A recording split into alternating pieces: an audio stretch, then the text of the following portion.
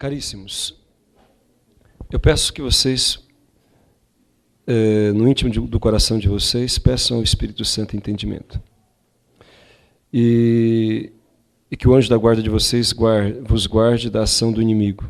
Distração, sono, desatenção, indiferença.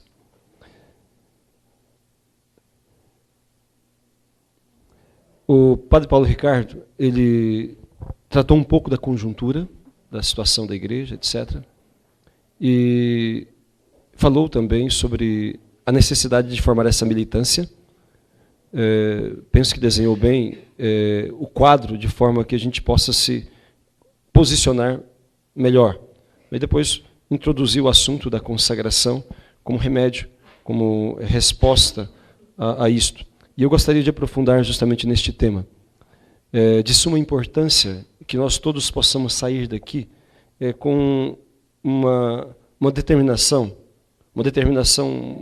bastante forte de fazer o que for mais eficiente, melhor possível, não apenas para a nossa santificação, mas para a salvação de muitos outros e para a mudança desta situação na qual nós nos encontramos. Nós somos minoria. Portanto, nós temos que saber ser muito valorosos para poder derrubar o Golias. Entende? Nós temos que aprender a combater com as armas que Deus nos põe à disposição. E nós mesmos devemos nos tornar bons instrumentos para que Deus use para transformar este mundo, para fazer voltar este mundo a Ele. E dentro daquilo que Deus propõe como estratégia de luta, eu gostaria, portanto, de apresentar a verdadeira devoção. Irmãos, o que eu vou apresentar aqui não é um adendo, não é um acréscimo na nossa fé. Eu gostaria que vocês entendessem a verdadeira devoção como algo do jeito que ela é mesmo, que é algo muito mais do que isto. A verdadeira devoção, ela não apenas santifica aqueles que procuram vivenciá-la. Ela redunda no bem e na salvação de muitas outras pessoas. E torna-se o meio pelo qual a grande profecia de Deus se cumprirá no fechamento da história. O meio pelo qual o inimigo será vencido. A ação do mal será neutralizada. O meio pelo qual Cristo reinará nos corações. É sobre isso que nós queremos falar. No ano passado, e este ano, 2012, 2013, um ano especial por muitas razões, também por uma grande razão desconhecida de muitos, que foram os 300 anos do Tratado da Verdadeira Devoção. Este livrinho, simples, completou 300 anos. E poderia simplesmente ser contado na história da grande literatura cristã, entendeu? Poderia simplesmente ser contado entre as obras numerosas que existe na numerosa literatura cristã, na rica literatura cristã. Da vida espiritual, que fala sobre Nosso Senhor, sobre as devoções, sobre Nossa Senhora, enfim. Mas ele é mais do que isto. Este livrinho, Tratado da Verdadeira Devoção, ele foi escrito há exatamente 300 anos atrás, em 1712, por um grande santo, missionário francês, São Luís Maria Grignon de Montfort. São Luís Maria Grignon de Montfort viveu, portanto, há 300 anos atrás, numa época anterior à Revolução Francesa. São Luís Maria Grignon de Montfort, ele teve esta grande missão de popularizar a verdadeira devoção. Notem bem que São Luís Grignon de Montfort, ele não é o inventor da total consagração. Ele não inventou a santa escravidão de amor. Ele teve o mérito de popularizá-la, ou seja, de torná-la mais acessível às pessoas e de difundi-la e de fazer compreender a importância, a necessidade, a utilidade da verdadeira devoção no nosso itinerário espiritual.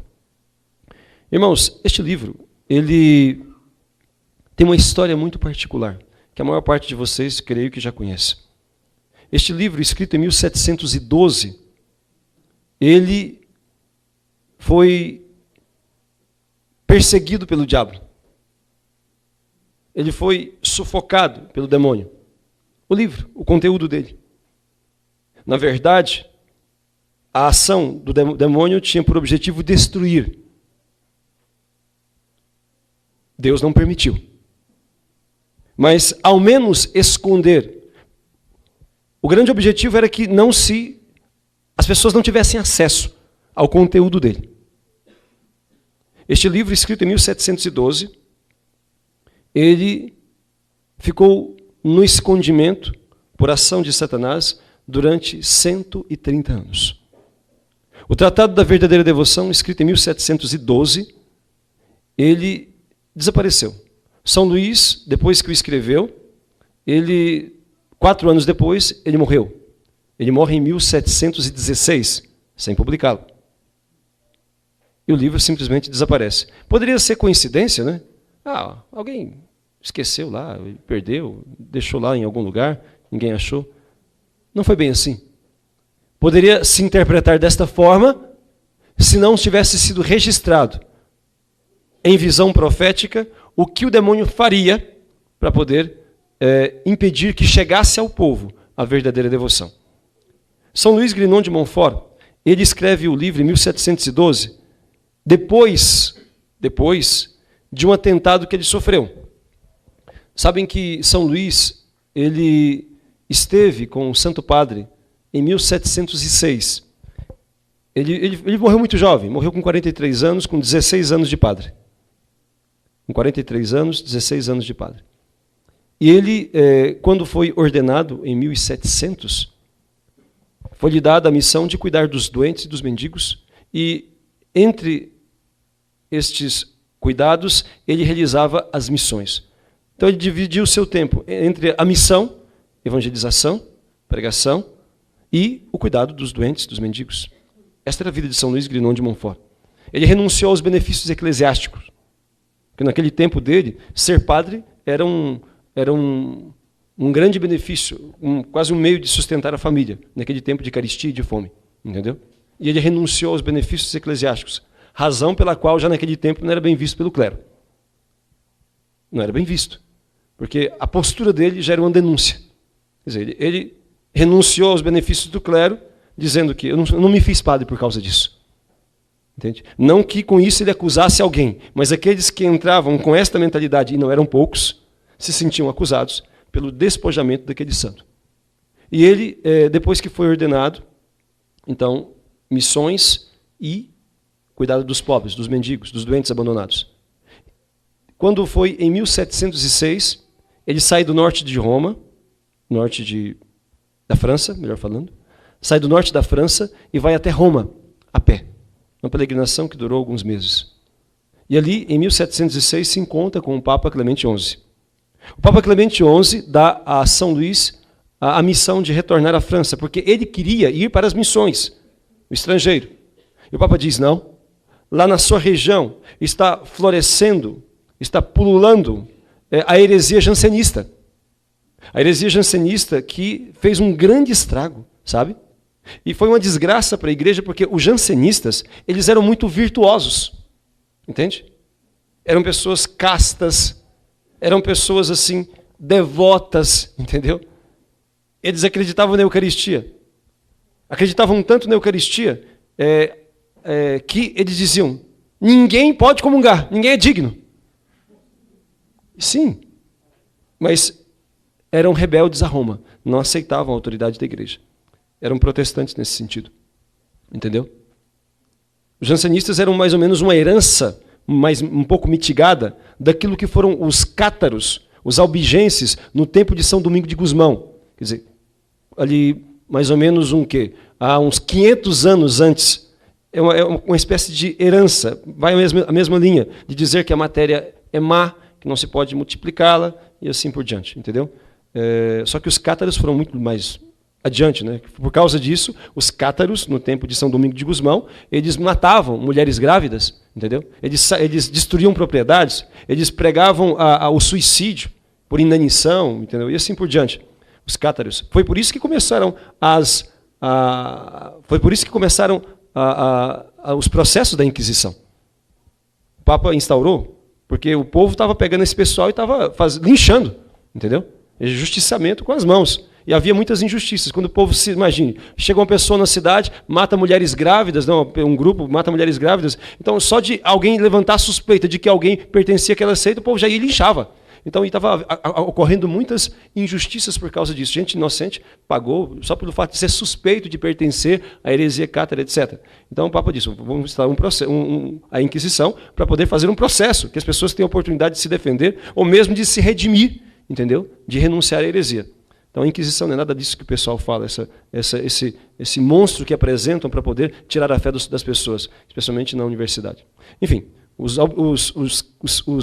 cátaros e albigenses, que existiram no século XII, XIII, etc., eles, de certa forma, foram reproduzidos ali na heresia jansenista, que não teve a mesma repercussão social, porque não tinha essa agressividade, entende? Mas esta luta contra a fé, contra muitos pontos da doutrina, eles realizaram, e também a oposição ao Santo Padre. E o Papa mandou São Luís Grignon de Montfort para a França, de volta para a França, para combater estas heresias, esta heresia, a jansenista. E ele foi, então, com o título de missionário apostólico. O missionário apostólico quer dizer um missionário enviado pelo Papa, que tinha assim, a autoridade de entrar em qualquer diocese, salvo se o bispo se opusesse. E não é que isso aconteceu? No fim da vida de São Luís Grignon de Montfort, ele só podia pregar em 2 dioceses. As outras todas ele foi expulso, entendeu? São Luís Grignon. Vocês vão entendendo mais ou menos o que acontece, né, quando a gente se propõe a viver o Evangelho. Claro, não com todos acontecerá a mesma coisa, mas saibam que a disposição para o sacrifício, a perseguição, isto é necessário. Quem não tiver vocação para o martírio, pode desistir de ser católico, pode ir embora, entendeu? Vai ser budista ou qualquer outra coisa assim. Enfim, mas quem quiser ser cristão tem que ter disposição, entendeu? De realmente de se sacrificar. Foi o que Jesus falou, entendeu? E não apenas falou como uma necessidade, como uma fatalidade na vida de quem buscasse segui-lo, mas ele animou-nos e disse, bem-aventurados os que são perseguidos. Ele falou que a gente tinha que ficar alegre. Ele disse isto. São 8 bem-aventuranças, 2 delas são dedicadas à perseguição. Bem-aventurados quando vos perseguirem, bem-aventurados quando disserem todo mal contra vós por causa do meu nome, exultai. Ele falou assim, olha, pulai de alegria. Pulai de alegria. Só que a gente não sabe, né? Hoje, por causa desta mentalidade mundanizada, entendeu? As pessoas não sabem contemplar, entendeu? A graça da perseguição. Fica tudo murcho, fica tudo aí depressivo, angustiado, assim, desorientado, sem saber, sem perceber a graça que isto significa. Quando é por causa de nosso Senhor Jesus Cristo. Se você é perseguido pelo erro que você faz, é outra coisa. Mas se é por causa de Jesus, entendeu? Se é porque você quer ser fiel a Ele, então, bem-aventurado, feliz. Em vez de ficar choramingando, dê pulo de alegria. Foi o que Jesus falou. Não foi o que eu disse, foi o que ele falou. E eu acredito piamente nisto. Então, em São Luís Grignon de Montfort, ele vai então à França para poder combater. E de fato, ele exerce com muito zelo a missão que o Papa lhe confiou. E tal era o êxito que São Luís obtinha nas missões. As missões naquele tempo não era igual a gente faz hoje, né? Um final de semana a gente vai pregar num lugar, outro final de semana no outro, etc. Naquele tempo eram semanas, às vezes meses. 1 mês, 2, 3 meses de missão. Entende? E obtinha grande êxito. Porque São Luís I é um grande santo, quer dizer, no sentido, rezava muito, era penitencial, e pregava, ele tinha a força da verdade. Ele pregava a doutrina na qual ele acreditava e se esforçava de viver profundamente. Não é? E o que era a grande intuição de São Luís Grignon de Montfort? Ele apresentava a verdadeira devoção. Entende? Ele fechava as missões, depois que ele evangelizava, e mostrava para o povo a necessidade de ser santo, de renunciar ao pecado, de viver na graça de Deus. Quando ele apresentava o ideal da vida cristã, ele encerrava as missões todas, entendeu? Consagrando todos à Santíssima Virgem. Durante o tempo da missão, ele fazia a preparação com o povo, mostrando, né, isso que São Luís ele mesmo coloca na preparação, o desapego do mundo, o conhecimento de si mesmo, de Nossa Senhora, de Nosso Senhor Jesus Cristo, etc. E depois encerrava as missões. Já naquele tempo já havia tipografia. Eu tive a oportunidade de ver na França pelo menos 2 dessas consagrações impressas, né, que as pessoas recitavam no fim da missão, entendeu? E depois assinavam. Muitas pessoas não sabiam assinar, faziam um X lá, né, assim só.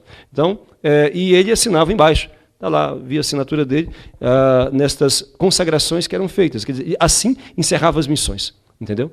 É interessante, depois a gente vai entender um pouco melhor por que ele fazia isso, né? Este método que ele usava, como era eficiente. O resultado foi que, nos lugares onde ele pregava, ou o jansenismo desaparecia ou não entrava, caso não tinha entrado, porque as pessoas ficavam vacinadas contra isso, entendeu? A vivência da fé. Ele ensinava, então, a fé católica, levava as pessoas a se consagrarem e a manterem o espírito vivo de oração, rezando todos os dias o terço, entendeu? Ou o rosário. A gente fala terço só aqui no Brasil. Na Europa se fala rosário, né, na verdade. Rosário não quer dizer que são os 4 terços ou 3 terços. Rosário quer dizer um terço, uma parte, né, do rosário. Mas o termo terço só usa na língua portuguesa. Nas outras línguas se fala rosário. Então, e aqui a gente tem uma diferença entre terço e rosário, né? Terço é uma parte, o rosário é de completo. Lá não, na França, na Itália, na Espanha. Então, se usa o termo simplesmente rosário. E ele mantinha, assim, a fé e a espiritualidade do povo. Veja só, algo que vocês, ontem o padre Paulo Ricardo colocou com muita propriedade, que as práticas, determinadas práticas, a vivência de determinadas coisas, moldam depois o nosso pensamento. Entende? Como que coisas práticas depois moldam, direcionam a nossa maneira de ver o mundo. Sabe? E é exatamente isto que aconteceu. São Luís Grignon de Montfort era um santo muito prático.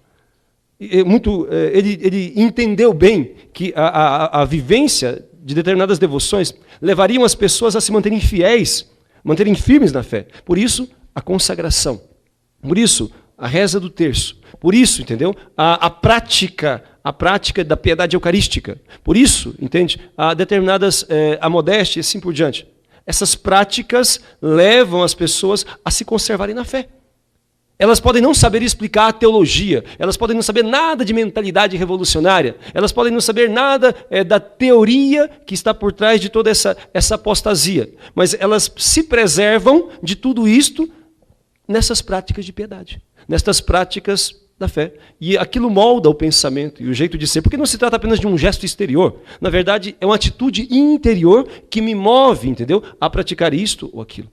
E isto ele entendeu muito bem. E assim ele fechava as missões. E os jansenistas ficaram com tanto ódio de São Luís Grignon de Montfort, com tanto ódio, que eles, no ano de 1711, o envenenaram. Deram a ele uma bebida claro, disfarçadamente, e com veneno. Ele percebeu e tomou imediatamente um contra-veneno. Só que, de fato, a partir daí, a saúde dele ficou comprometida. Tanto que ele viveria só mais 5 anos. Ele morreria em 1716. Então, sabendo que ele poderia ser eliminado a qualquer momento pelos jansenistas, ou por qualquer outros, né, ele, no ano depois, não chegou a um ano, alguns meses depois, ele começa a escrever o tratado, que é escrito assim, rapidamente, quase que num fôlego só. Vocês vão ver que no tratado não tem nota de rodapé, essas coisas. São Luís, ele não é exatamente um teólogo, no sentido de um estudioso. Ele não era um estudioso, não era um doutor, não era um homem assim erudito, era um homem que estudava muito, que estudou muito, sobretudo no tempo do seminário, que ele tornou-se o bibliotecário. Então, e ali ele diz, no testemunho dele, que ele leu tudo que havia sobre Nossa Senhora. E a biblioteca de Paris, que foi onde ele estudou, era grande, entendeu? Então ele estudou muito, né? Então, mas ele não era um homem estudioso. O perfil de São Luís não é do homem intelectual, entendeu? São Luís Grignon de Montfort é, acima de tudo, um pastor, um missionário, entende? Alguém preocupado em salvar as pessoas. O objetivo dele era levar os outros para o céu. O objetivo dele era levar as pessoas, entendeu? A vida na graça de Deus e, consequentemente, a salvação eterna. Este era o objetivo de São Luís Grignon de Montfort. E quando ele escreve o Tratado da Verdadeira Devoção, ele escreve com este intuito, entendeu? Quer dizer, ele queria deixar por escrito o método que ele usou com eficiência nas missões que ele realizou. Então, ele viu isto, não era uma teoria, era o resultado, ele queria colocar por escrito o resultado das missões que ele pregou. Ele queria colocar por escrito este método, entendeu, de conservação na fé que ele ensinou com muitos frutos nas missões. Tanto que aquelas regiões que São Luís Grignon de Montfort evangelizou, entende? Aquelas regiões que é no norte da França, a região ali da Bretanha, da Normandia. Quem já assistiu aquele Resgate do Soldado Ryan, né? A Normandia é justamente no norte, ali onde o pessoal, os aliados invadiram, etc. E a região ali da Vendéia, etc. Aquelas foram as regiões onde São Luís Grignon de Montfort evangelizou. 72 anos depois, 73 anos depois que São Luís Grignon de Montfort morreu, veio a Revolução Francesa. Mais de 70 anos depois que ele morreu, veio a Revolução Francesa. E sabem que a Revolução Francesa, o ideal da Revolução Francesa, o que era? Diderot, d'Alembert, dizia o seguinte, dois dos grandes líderes da Revolução Francesa. O ideal da Revolução é enforcar o último rei com as tripas do último padre. Entendeu? Este era o ideal da Revolução Francesa. Os líderes da Revolução. Quer dizer, eles queriam acabar com a monarquia e com a igreja. Entendeu? Este era o ideal da Revolução Francesa. A Revolução Francesa foi a primeira grande prova, a primeira grande ação, entendeu, da maçonaria. Liderada pela elite luciferiana da maçonaria, que se chama Illuminati. Entendeu? Os Illuminatis. Então foi a grande primeira prova da Revolução, da maçonaria, foi a Revolução Francesa. E eles obrigavam, e a gente fica celebrando a Revolução Francesa como se fosse um grande avanço da humanidade, né? Veja aí, a bocosada na universidade, entendeu? E dentro da igreja também. Igualdade, liberdade, fraternidade, etc. Celebrando a Revolução Francesa como se fosse, entendeu? Uma evolução na caminhada da humanidade. Irmãos, a Revolução Francesa, o que ela matou, entendeu? De religiosos, de religiosas, de fiéis, de padres, de bispos, vocês não têm ideia, entende? O sangue de católicos corria na rua igual água no dia de chuva, entende? Em nome da liberdade, em nome da igualdade. Eles obrigavam o clero, obrigaram o clero, sob pena de morte, a fazer um juramento de fidelidade ao governo revolucionário. Entende? E quem não fizesse era preso e morto. Sabe? Então, você tinha uma escolha. Ou você aderia, ao menos formalmente, à revolução, fazia o juramento de fidelidade ao governo revolucionário, ou você estava na clandestinidade e poderia pagar com sua vida isto, uma coisa ou outra. Então, em muitos lugares, portanto, da França, o pessoal, com medo, capitulou, se rendeu, entende? A região onde São Luís Grignon de Montfort evangelizou foi a região que ficou mais firme. Foi a região que ficou mais firme na fé. E por isso foi a região que mais gente morreu. Porque foram martirizados, porque não aceitaram renunciar à sua fé. Não aceitaram, eles tinham convicção. Entende? Eles tinham vivência. E antes de São Luís Grignon de Montfort, aquela era a região mais fria, não só climaticamente, mas mais fria religiosamente falando, era mais indiferente. Então o método era eficiente, entendeu? Provou-se com ferro e fogo, realmente, com a própria vida daqueles que foram beneficiados por esta evangelização. Então, o que acontece? São Luís, ele vendo o perigo de morte, ele escreve o tratado em 1712. Certo? E quando ele escreve o tratado, é até interessante que o tratado, esse nome tratado, não é o nome original. Não é. Ele foi dado este nome por aqueles que encontraram o livro. Ele ficou 130 anos escondido. Em 1842 é que foi encontrado. Então, quem deu esse nome de Tratado da Verdadeira Devoção foram aqueles que o editaram, na pressa de publicar logo, porque ele foi encontrado sem as primeiras e sem as últimas páginas, entendeu? O Tratado da Verdadeira Devoção. Então, o título que São Luís deu não estava lá. E eles publicaram com um título, Tratado da Verdadeira Devoção à Santíssima Virgem. Mas o título original não era este. Depois, pelo contexto, se entende, se descobriu qual era o título, né? Mas já estava publicado, então eles continuaram dando o título de tratado. O título original era Preparação para o Reino de Jesus Cristo. Preparação para o Reino de Jesus Cristo. Este era o título original. O que São Luís tinha na cabeça? Ele tinha na cabeça o quê? Escrever um manual. Isso aqui é um manual de combate, entendeu? É um manual de combate. Tá? Opondo-se, né, ao Marighella, que escreveu o manual de guerrilha urbana, né? Então aqui está o manual de guerrilha católica, tá certo? Manual de combate, aqui. Ele vai mostrar como que nós estamos num combate espiritual e como que esta devoção à Santíssima Virgem é a estratégia escolhida por Deus para poder vencer a guerra, entende? É isso que ele coloca aqui. Preparação para o reino de Jesus Cristo. E assim, preparar um exército bem disposto, sob o comando de Nossa Senhora, para conquistar o terreno para Deus, quer dizer, os corações, entendeu? Levando todos, portanto, a amar a Deus sobre todas as coisas. Este é o objetivo deste livro. Entende? Não é apenas falar coisas bonitas sobre Nossa Senhora. O objetivo é mostrar como que, por meio da verdadeira devoção, nós levaremos as pessoas a amarem a Deus sobre todas as coisas. Ele vai mostrar como que a iniciativa foi de Deus.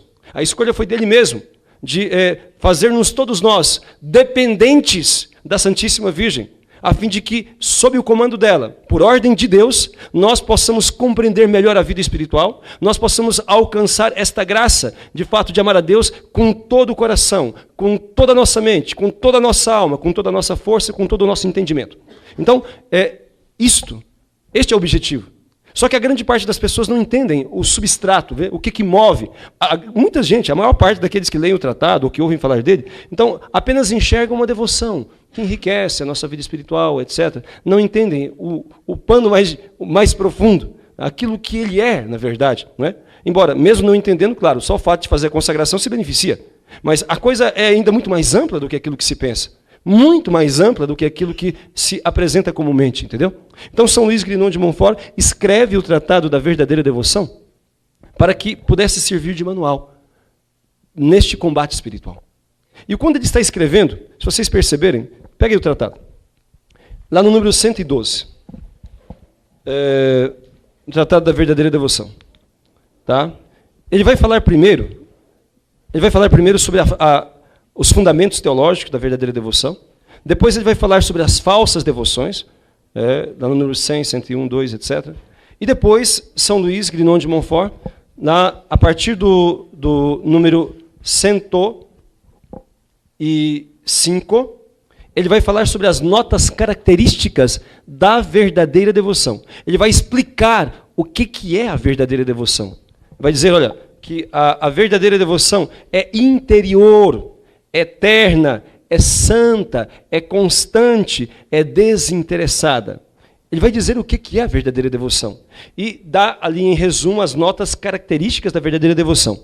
Depois que ele fala isto, dessas características da verdadeira devoção, ele, no número 111, ele vai falar sobre os desígnios, as esperanças, a razão pela qual ele está escrevendo isto. Ele vai dizer aqui no tratado, olha,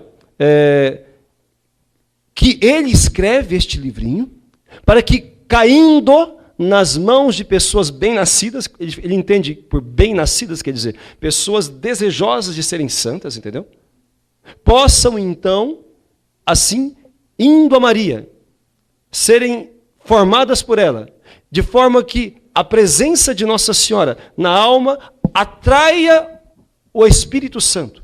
O Espírito Santo que é o esposo da bem-aventurada sempre Virgem Maria, aquele que formou Jesus no seu ventre puríssimo. E assim, encontrando Nossa Senhora nas almas, realizará nelas e através delas grandes coisas. O Pentecostes acontece aí. Olha, se as pessoas entendessem, especialmente os grupos da renovação carismática, entendessem a dimensão pentecostal, entendeu? Da verdadeira devoção, talvez seriam os primeiros e os mais interessados em fazê-la. São Luís é o cara mais carismático que tem, entendeu? O que ele fala, se vocês leem bem aqui a verdadeira devoção, ou o que São Luís fala sobre a verdadeira devoção, vocês vão ver que a dimensão que ele dá, assim, a ação do Espírito Santo é realmente fabulosa, sabe? Porque Nossa Senhora foi escolhida por Deus para ser nossa mãe, ensinando-nos a amar a Deus, ou seja, ensinando-nos a viver em santidade. E o Espírito Santo é o santificador. Na verdade, o processo de santificação de uma pessoa é obra conjunta do Espírito Santo e da Santíssima Virgem. E São Luís Grignon de Montfort vai dizer aqui no tratado, assim como o Espírito Santo formou Jesus no seio de Nossa Senhora, e ele é a cabeça da igreja, assim também é o Espírito Santo que em Maria formará os outros membros que compõem o corpo místico de Cristo. Está entendendo? Portanto, a formação, a santificação, a conservação destes membros do corpo místico de Cristo, que somos nós, a igreja, é obra do Espírito Santo em conjunto com Nossa Senhora. Então seria muito importante que vocês aprofundassem nisso. Não é o tema da palestra agora, mas que vocês aprofundassem nisso. E de maneira especial, sobretudo quem pertence a grupos de orações, para poder, numa linguagem mais, vamos dizer assim, carismática, apresentar ao pessoal e ver que não há contra-indicação. Uma vez um coordenador de um grupo disse assim, falava sobre a verdadeira devoção, não era eu, uma irmã falava para ele a respeito disso, ele dizia assim, mas isso não faz parte da nossa espiritualidade. Mas então você não é católico, entendeu? Então, como é que alguém pode dizer isso? Isso não faz parte da nossa espiritualidade. E outros não falam assim, mas tem uma certa desconfiança, como se fosse um corpo estranho, entendeu? Como se fosse um corpo estranho. E é interessante, as experiências que já tive aqui e também na Itália e em Portugal, de grupos de orações carismáticos que fazem a consagração. Como que aquilo purifica, eleva e faz com que a experiência do Espírito Santo se torne muito mais intensa, entendeu? Então, na verdade, a devoção à Santíssima Virgem, a total consagração, é para todos os grupos e movimentos. Ela não tem contraindicação. E o único efeito colateral é a santidade. Então, não precisa ter medo de fazer. Entendeu? Não tem que ter medo de fazer a consagração. Enfim, continuando. São Luís Grignon de Montfort escreve. E quando ele chega aí, veja só, estava dizendo, quando ele revela o propósito, no número 111, quando ele revela o propósito pelo qual está escrevendo o livro, que é estender, formar um verdadeiro devoto escravo de Nossa Senhora, para estender no mundo o reinado de Jesus Cristo, neste momento, estou falando agora cronologicamente, neste momento que São Luís está com a sua pena escrevendo isto, Deus abre diante dos olhos dele, entendeu? Ali o véu do espiritual, do mundo espiritual. E Deus mostra ele o furor de Satanás, mostra a revolta do inferno contra isto que São Luís Grignon de Montfort está fazendo, escrevendo sobre a verdadeira devoção. Deus mostra para São Luís Grignon de Montfort, ali, entendeu? A ação de Satanás, em forma de bestas feras, entendeu? Com seus dentes e garras afiados, dirigidos contra o tratado. São Luís com o tratado na mão, entendeu? E os demônios, como está ilustrado aí. Vocês vão ver aí, tem uma figurinha aí, na página 86. Tem aí uma figura. São Luís Grignon de Montfort, com o livro na mão, que é o tratado, e vários demônios em forma de animais bestiais, com as suas garras e dentes voltados contra o livro. Entendeu? Deus mostra a revolta do inferno, assim, a loucura de Satanás, o desespero, pode-se usar essa palavra, do demônio, com aquilo que ele estava fazendo, com aquela obra que ele estava compondo.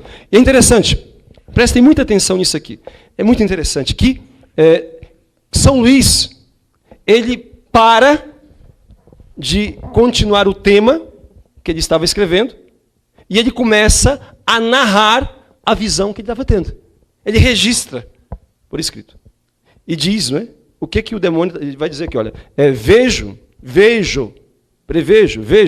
animais furiosos, demônios em formas de feras, com seus dentes diabólicos e suas garras, precipitando-se contra este pequeno manuscrito e aquele de quem o Espírito Santo se serviu para o compor, para destruí-lo, ou ao menos para escondê-lo no silêncio de uma arca, a fim de que não apareça. Olha aí a finalidade da ação do diabo. A fim de que não apareça.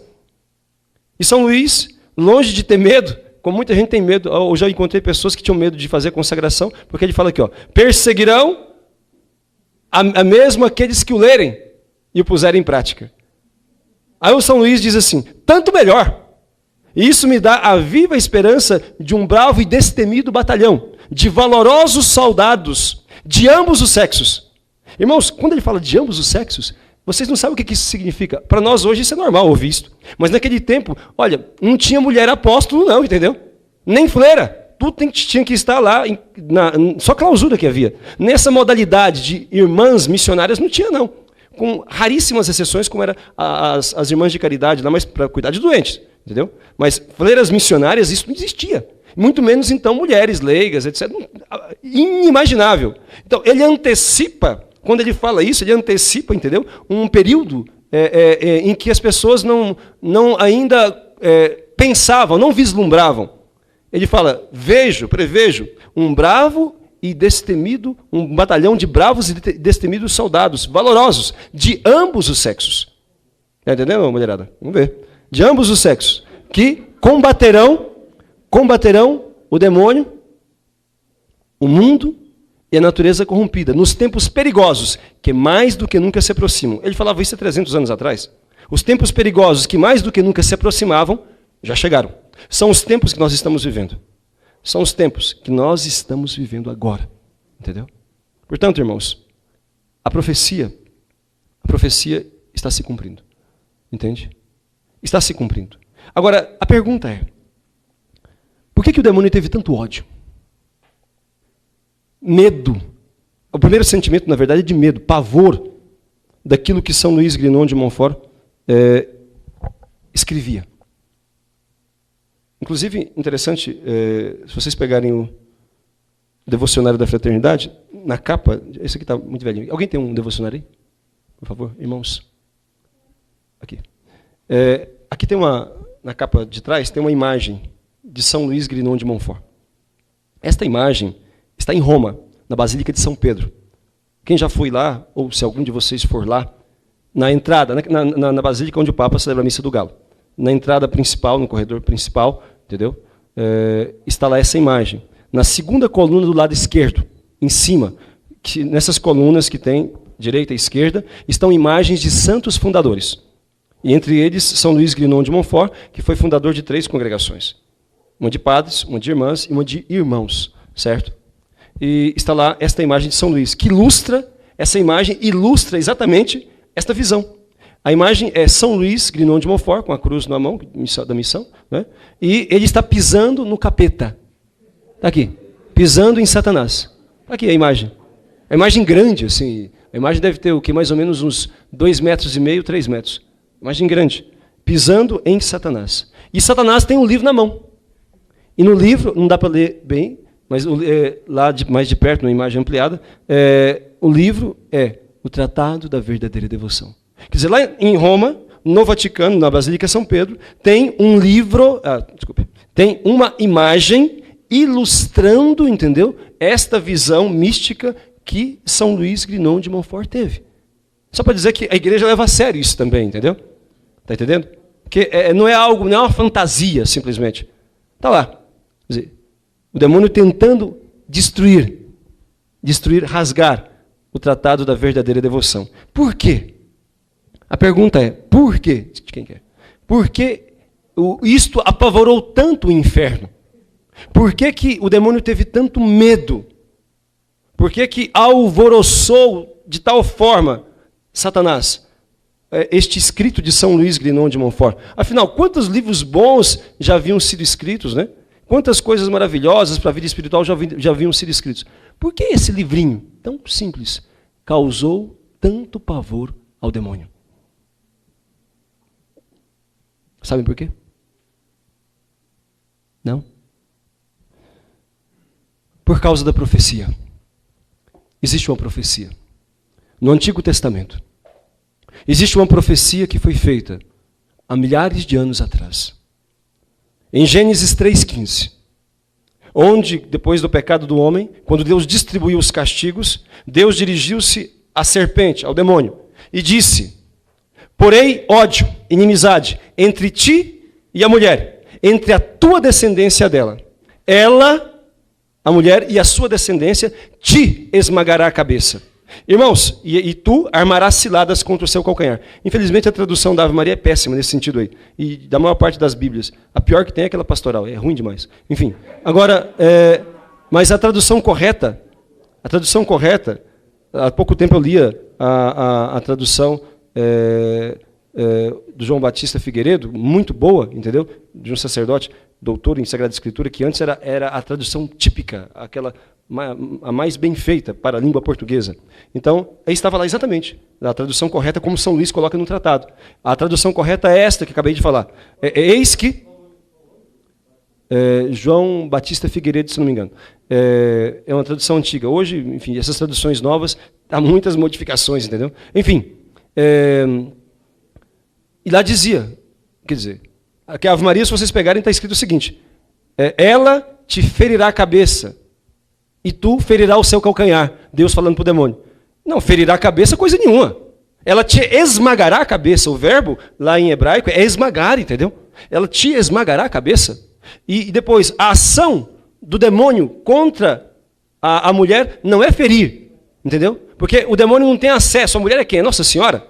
Entende? O demônio não tem acesso a ela. Ela é imaculada, entendeu? Então, ele não vai ferir, mas irá armar ciladas. Ele irá perseguir, entendeu? Mas atingir ele não vai. Portanto, não é correto traduzir traduzir ferirá o seu calcanhar. Não é correto isso aí, entendeu? Não é verdadeiro isso aí. Não é exato, certo? Então, armará ciladas. Esta é a tradução, realmente, que é aquela que São Luís Grignon de Montfort usa aqui no tratado também. Então, por causa da profecia, o pavor de Satanás foi por causa disso. Porque o demônio sabe, irmãos, mais do que qualquer um de nós, o demônio sabe muito bem que aquilo que Deus prometeu, aquilo que Deus determinou, irá se cumprir. Ele sabe disso. O demônio tem muito mais consciência disso do que qualquer teólogo, do que qualquer padre, do que o povo cristão inteiro. Ele sabe que as promessas de Deus são irrevogáveis, entendeu? Ele sabe que Deus não foi uma ameaçazinha, não. Deus fez uma promessa, Deus fez uma profecia. E ele sabe que esta profecia iria se cumprir mais cedo ou mais tarde. Quando São Luís Grignon de Montfort está escrevendo, entendeu? O tratado, o Satanás, entendeu? Satanás, ele vê ali no tratado, na devoção que ele ensina, na consagração da qual ele está escrevendo, Satanás vislumbra naquilo o cumprimento da profecia. E por isso o medo dele. Porque é evidente, né? O pensamento do diabo é muito lógico, muito exato, né? É muito objetivo. O pensamento de Satanás qual que foi? Se o mundo conhecer isto, o meu reino está destruído. A minha cabeça será esmagada. E por isso ele se apavorou, entendeu? Se apavorou, ele quis destruir, Deus não deixou, mas permitiu que ele escondesse. 130 anos. 130 anos. Ficou escondido o tratado. A pergunta, por que Deus deixou ele esconder? Olha, Deus é sábio. O demônio, pretendendo ser sábio, na verdade ele é bocó. O demônio é estúpido. Então, no seu afã, no seu desejo de colocar longe do conhecimento, do alcance das pessoas, a verdadeira devoção, nos termos que São Luís escrevia, o que aconteceu? No fundo, irmãos, ele fez chamar a atenção sobre o assunto. Entende?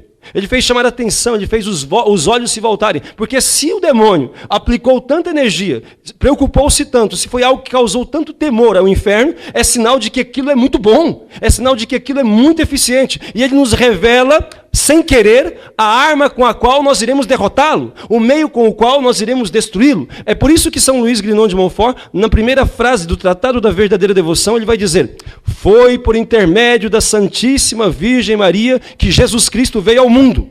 Foi por meio dela que ele veio ao mundo. E será por meio dela que ele reinará no mundo. Está entendendo? Aqui está a frase que resume todo o tratado. Aqui está a frase que dá ali o tom, entendeu, de compreensão. É a chave de leitura de todo o Tratado da Verdadeira Devoção. E mostra também o pensamento estratégico.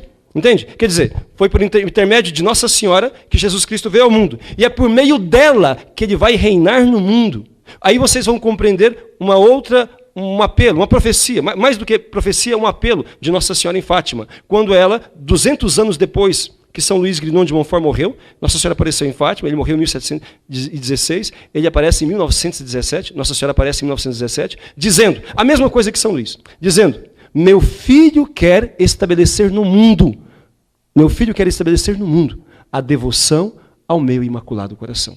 O que é a devoção ao Imaculado Coração? Não pense que é uma coisa vaga ou sentimental.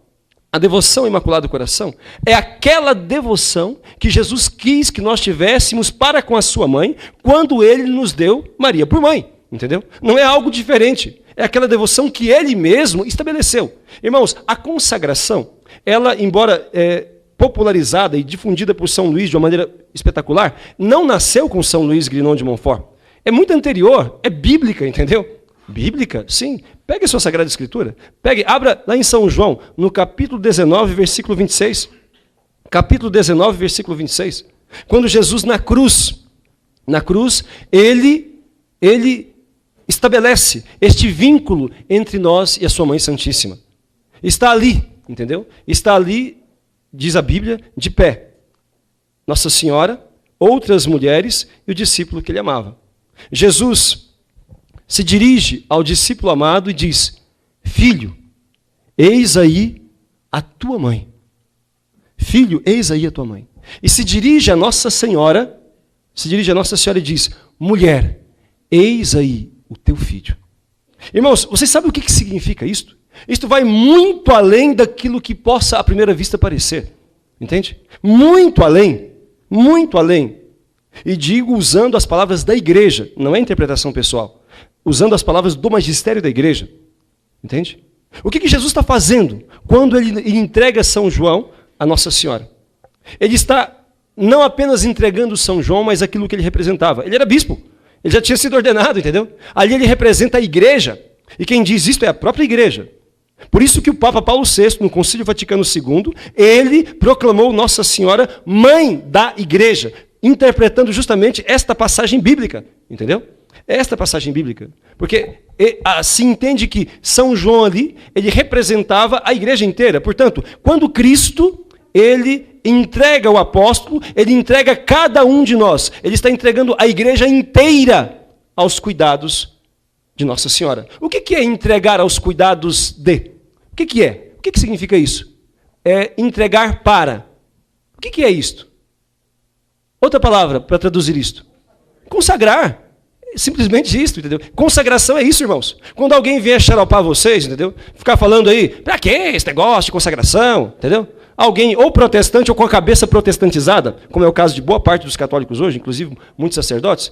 Para que essa consagração? Por que essa devoção à Nossa Senhora? Com muita simplicidade dizer, porque Jesus assim o quis. E basta. Entendeu? Porque Jesus assim o quis, porque assim ele o fez. E se Jesus assim o quis, quem é que sou eu para poder me opor à vontade dele? Quem é que sou eu para poder querer fazer diferente daquilo que ele ordenou? Quem é o ser humano para se levantar contra Deus? Para poder querer ensinar Deus a fazer as coisas? Que arrogância que é esta? Que petulância que é esta? Diante, entendeu? Da sabedoria do Onipotente? Se Deus, ele mesmo, nos entregou a Maria, então é isto que ele quer que se realize. Ele nos entregou a Nossa Senhora, para que ela pudesse, entendeu? Ser aquilo que ele disse. Eis aí o teu filho. Filho, eis aí a tua mãe. Para que ela exercesse esta missão. Entende? Agora, um detalhe muito interessante, muito importante. Jesus, ele não usa a palavra mãe. E muitos católicos se incomodam profundamente com isso. Interessante. Porque os protestantes, ignorantemente, né, estupidamente, como é o caso da ação deles sempre, né? Então, eles vão dizer assim, tá vendo? Olha aí, ele...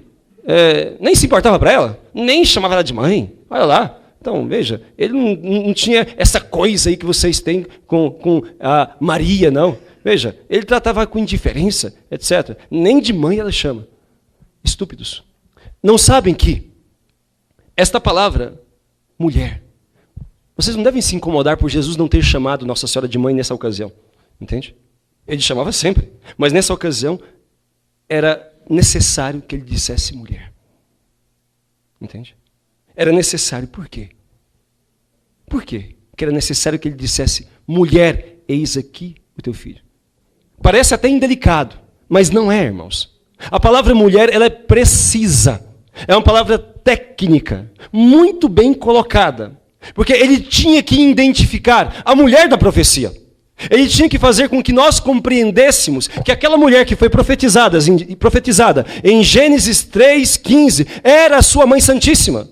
Ele queria fazer com que ficasse muito claro isto. E mais ainda, ele nos entrega a ela para que se cumpra a profecia de maneira integral. Porque ele disse, a mulher e a sua descendência. O que é a descendência? Os filhos, entendeu? Aqueles, portanto, entende? Que formados por ela, aprenderam a fazer a vontade de Deus nas suas vidas. É isto que significa. Portanto, tinha que ser essa palavra mesma. Ele quis fazer com que nós entendêssemos que ali iniciava-se o cumprimento da profecia. Entende? Mulher, eis aí o teu filho. E qual é a missão de Nossa Senhora? Por que Jesus nos entregou a Maria? Por que Jesus nos entregou a Nossa Senhora? O que você pensa? Para quê? Qual é a finalidade? O que Jesus pensou ao nos entregar a Nossa Senhora? Qual que era a intenção dele?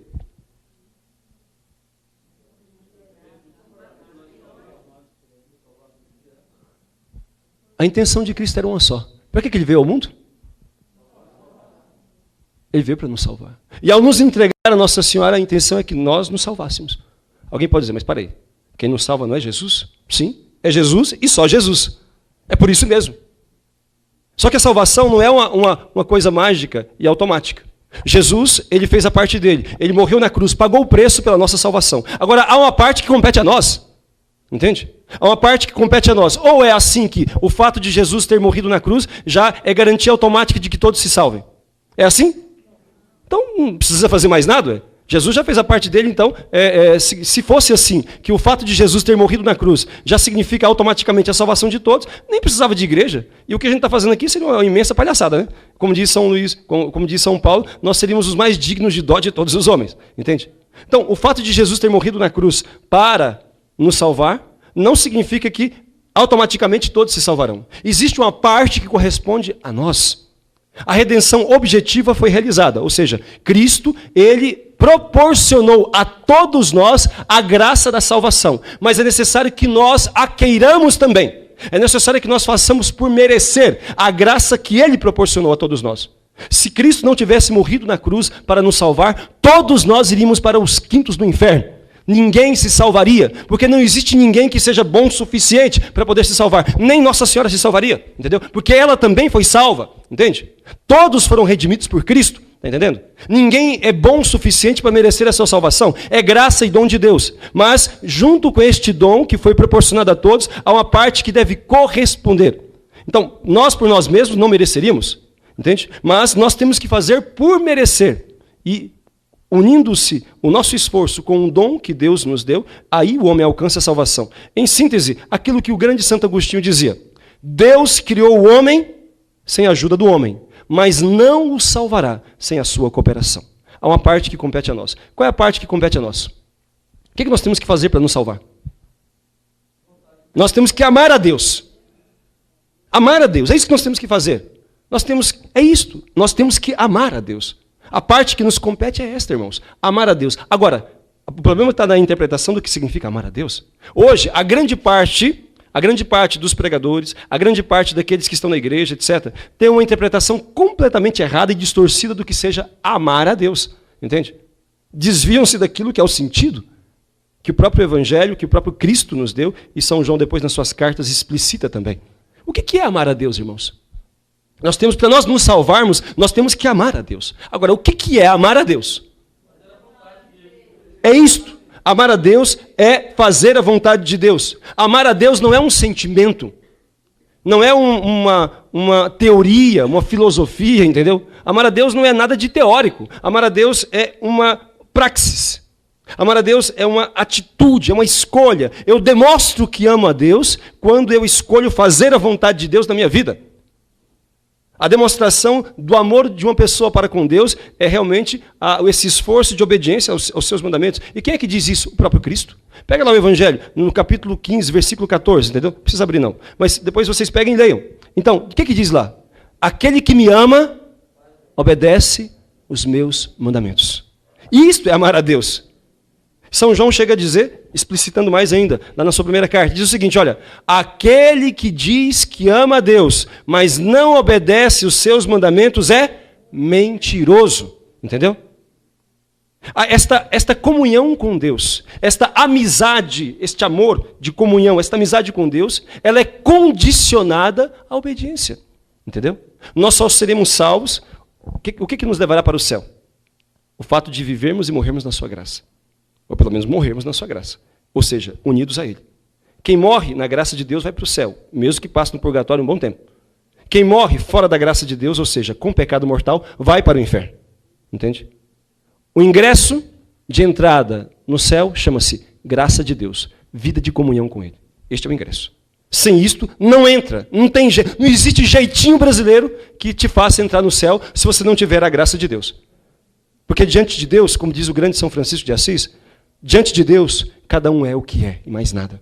E a verdade do homem aparece diante do Senhor. Não adianta, não tem como mentir. Entendeu? Então, o homem aparece de Deus do jeito que ele é. Certo? E quem não tiver na graça de Deus se condenará. Entende? Então, o ingresso é isso, a graça de Deus. Sabe? E esta graça de Deus, nós a temos e nela perseveramos à medida em que fazemos o quê? À medida em que fazemos o quê?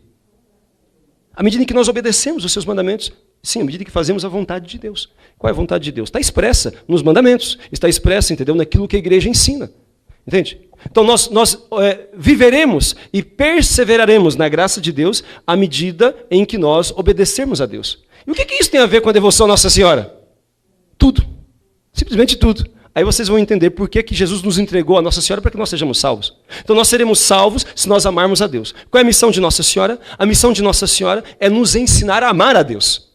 O que é amar a Deus? Obedecer os mandamentos. Logo, a missão de Nossa Senhora é ensinar-nos a obedecer os mandamentos. Ou seja, a fazer tudo o que Ele mandou. De que vocês lembram quando escutam essa frase? Fazer tudo o que Ele mandou. Bodas de Caná. Ali ilustra de maneira maravilhosa a ação desta maternidade espiritual de Nossa Senhora.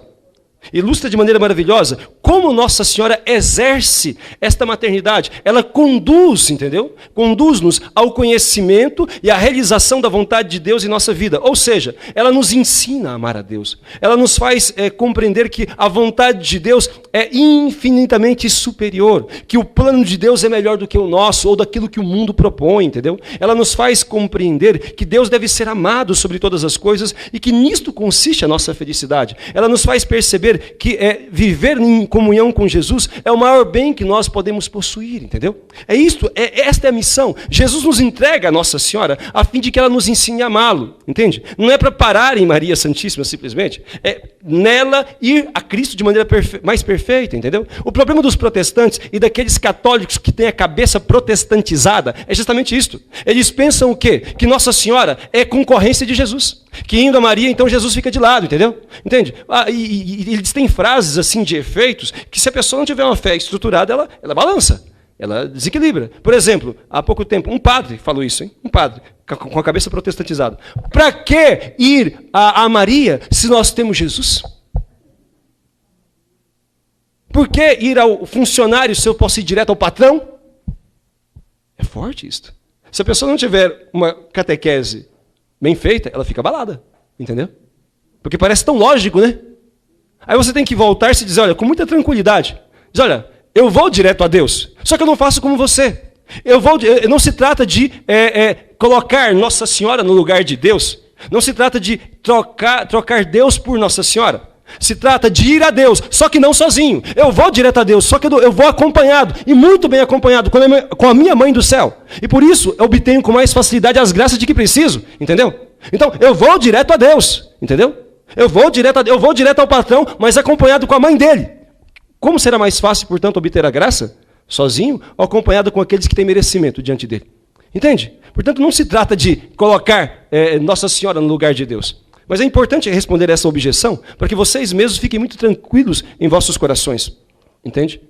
E nunca pensem que agora então eu tenho que falar com Deus por tabelinha. Falo com Nossa Senhora, ela fala com Deus. Não é isso. Eu falo com Deus diretamente. E ela está ali no meu coração. Ela está ali na minha alma, ensinando-me como me relacionar com Ele. Então, ir a Maria é uma garantia, entendeu? De se unir a Jesus de maneira mais perfeita. Ir a Maria é uma garantia de amá-lo muito mais estreitamente. Está entendendo? Foi por isso que Ele nos entregou a ela. Aqui se cala em todas as línguas, entendeu? Aqui se cala em todas as... imudeça toda a oposição. Porque a devoção à Santíssima Virgem, a consagração a ela, não foi inventada por um papa, não foi inventada por um santo, não foi estabelecida por alguma personalidade, alguma pessoa eminente, por algum doutor, etc.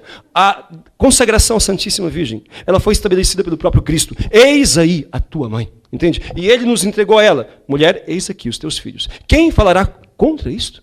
Quem ousará dizer o contrário, se a própria igreja depois nos confirma isto? O Tratado da Verdadeira Devoção, irmãos, é o livro mariano mais lido e estudado, entendeu? Que se tem em todos os tempos. É aprovado pela igreja, entendeu?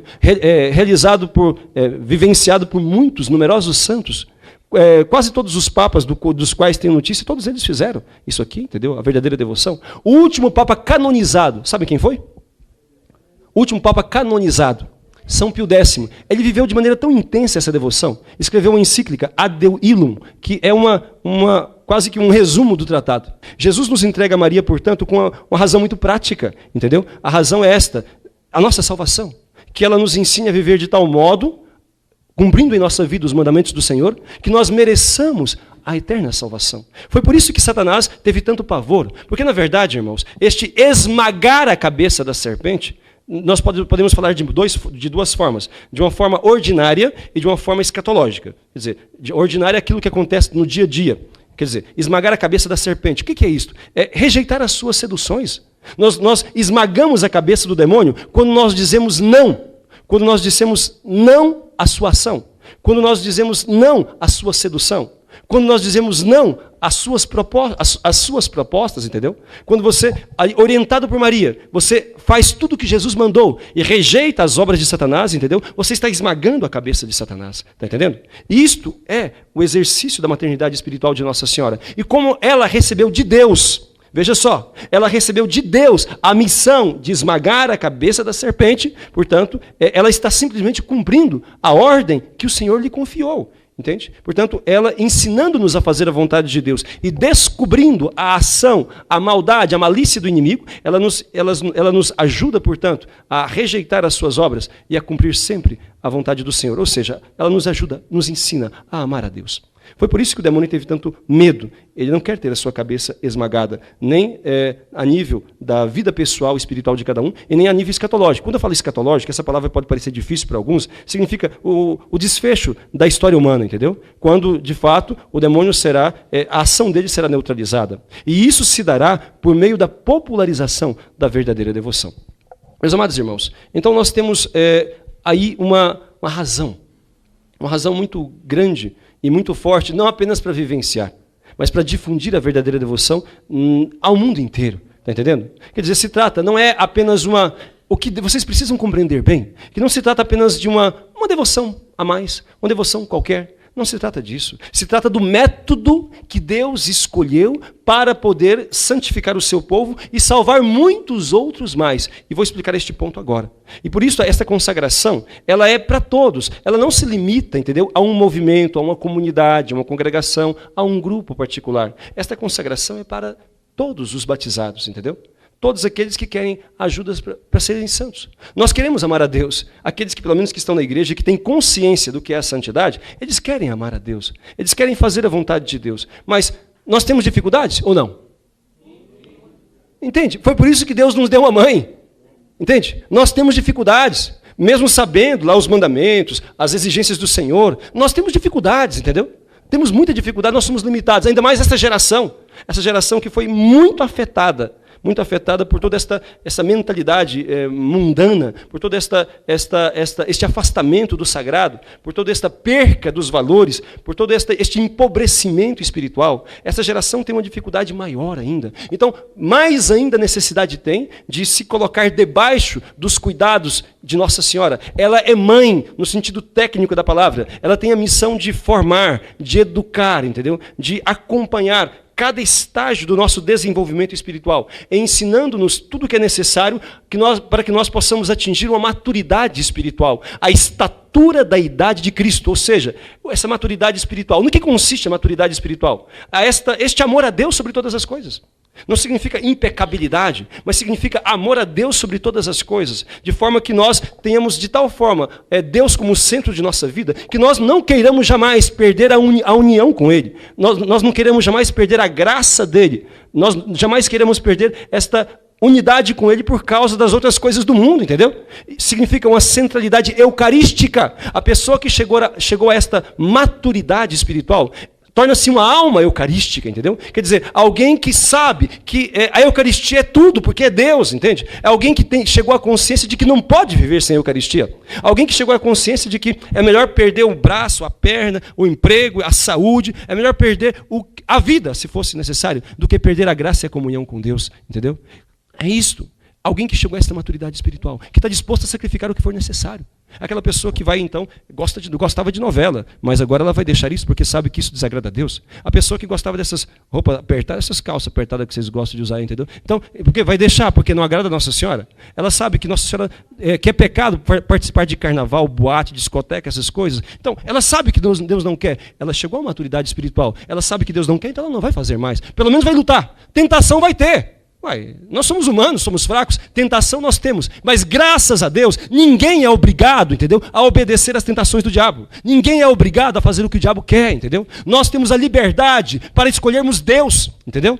E é isso que Nossa Senhora nos ajuda, a fazermos sempre a melhor escolha, porque amar é escolher Deus para a nossa vida, continuamente, e renovar esta escolha a cada dia, a cada momento. Eu escolho fazer a vontade de Deus, nós reproduzimos a atitude de Nossa Senhora em nossa vida. Eis aqui o escravo, eis aqui o teu filho, eis aqui o teu servo, faça-se em mim segundo a tua palavra. Entendeu? A pessoa que chega à maturidade espiritual, ela passa a pensar como os santos, mesmo que ela não tenha ainda a estatura do santo, entendeu? Mas ela passa a pensar como os santos e passa a buscar aquilo que eles buscaram, a viver aquilo que eles vivenciaram, entendeu? Ou seja, o que interessa é o céu, é a salvação. A pessoa que chega a essa maturidade espiritual, ela relativiza as coisas passageiras, ela absolutiza o único que é absoluto, que é Deus. Entende? Por isso ela está disposta a sacrificar o que for preciso, a deixar o que for necessário, a sofrer o que for necessário para poder manter-se na amizade com Deus. Entende? Porque o que interessa é o céu, o resto é resto. Entendeu? Então, chega a esta consciência. Nossa Senhora nos ajuda a ter esta consciência de que Deus deve ser amado sobre todas as coisas. Estão entendendo? É assim que vai acontecendo o estabelecimento do reinado de Jesus Cristo no mundo. É assim que vai acontecendo, entendeu? A conquista dos corações para Deus. Irmãos, e nessa situação atual que nós estamos, mais ainda, é urgente, é necessário difundir a verdadeira devoção. Entendam a verdadeira devoção, não como a devoção de uma comunidade, não como uma devoção de uma congregação ou de um movimento particular. Por favor, não é assim. Vocês têm que entender a verdadeira devoção mais ou menos como a reza do terço. A reza do terço é exclusiva de alguma congregação? É exclusiva de algum movimento? É para todos, não é? E enriquece todos aqueles que rezam, não é assim? Então é para todos, é universal, é católico, entendeu? Então, com muito mais razão, a consagração é para todos, porque ela é renovação dos votos batismais. Todos que são batizados, se querem ir para o céu, têm que ser santos, têm que viver a santidade, entendeu? Então, a consagração é para nos ajudar a viver a santidade. A consagração é para nos ajudar a viver a santidade. E gostaria de dizer o seguinte, ajudar a salvar outros também. Infelizmente o tempo é muito pouco, precisaria de mais tempo para poder explicar de maneira mais profunda, mas quero falar de maneira resumida, entende? Que a consagração, ela redunda, não é só na sua santificação, redunda no bem e na salvação do próximo também. Não sei se recorda ontem, quando falávamos na homilia, que, olha, se a gente for colocar em termos objetivos, nós não vamos ter 1% das pessoas que estão se esforçando, não é que são santas não, estão se esforçando para viver a fé do jeito que ela é, não chega a 1%. Então, como é que a gente explica que outros tantos se salvam? Como é que a gente explica que, talvez, eu creio pessoalmente, que a maior parte se salva? Entendeu? Como é que a gente explica isso, então? Porque quem vive em pecado mortal e morre em pecado mortal vai para o inferno. Entende? Ou pelo menos quem morre em pecado mortal. Às vezes viveu, né? Mas depois, na última hora, ainda teve a graça, como o ladrão, né? Diz lá o ladrão, o bom ladrão, que virou santo, né? O São Dimas. Então, o Santo Agostinho fala isso. O bom ladrão era eficiente mesmo. Roubou o céu na última hora. Né? Então a não ser que se converta na última hora. Né? Então, como explicar? Existe uma coisa na vida espiritual que se chama comunhão dos santos. Quer dizer, eu posso alcançar a graça para outra pessoa. Outra pessoa pode alcançar a graça para mim.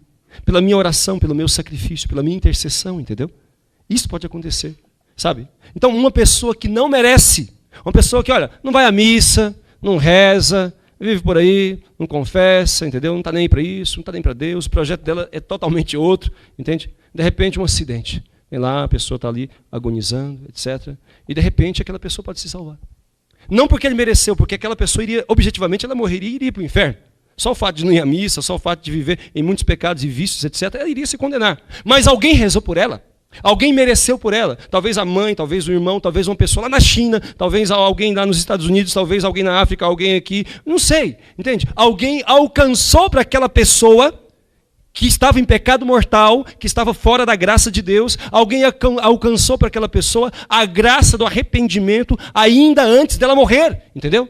E ela ali, mesmo agonizante ali, entende? Ela começou a pensar na vida dela, nos erros, etc. E no seu íntimo, pediu, Deus me perdoa, o que eu fiz, quanto desgosto que eu dei para minha mãe, como eu fiz com a minha esposa, veja o trabalho que eu dei para tantas pessoas, a quem eu enganei, oh meu Deus, me perdoa, porque nessa hora as pessoas elas começam, né? Há quem se desespere simplesmente, mas há muitos que começam a pensar na vida e se arrependem de muitas coisas, entendeu? Então, alcançou-se a graça da contrição, mesmo não tendo um sacerdote. Claro que a garantia é a absolvição, mas mesmo não tendo um sacerdote, a pessoa pode alcançar a graça da contrição, do arrependimento e reconciliar-se com Deus, claro, ainda antes de morrer, porque se ela morrer em pecado mortal, não tem, depois que morre, não tem solução.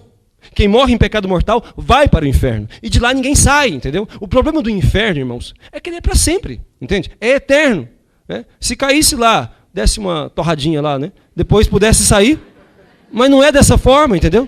O problema do inferno é que ele é para sempre.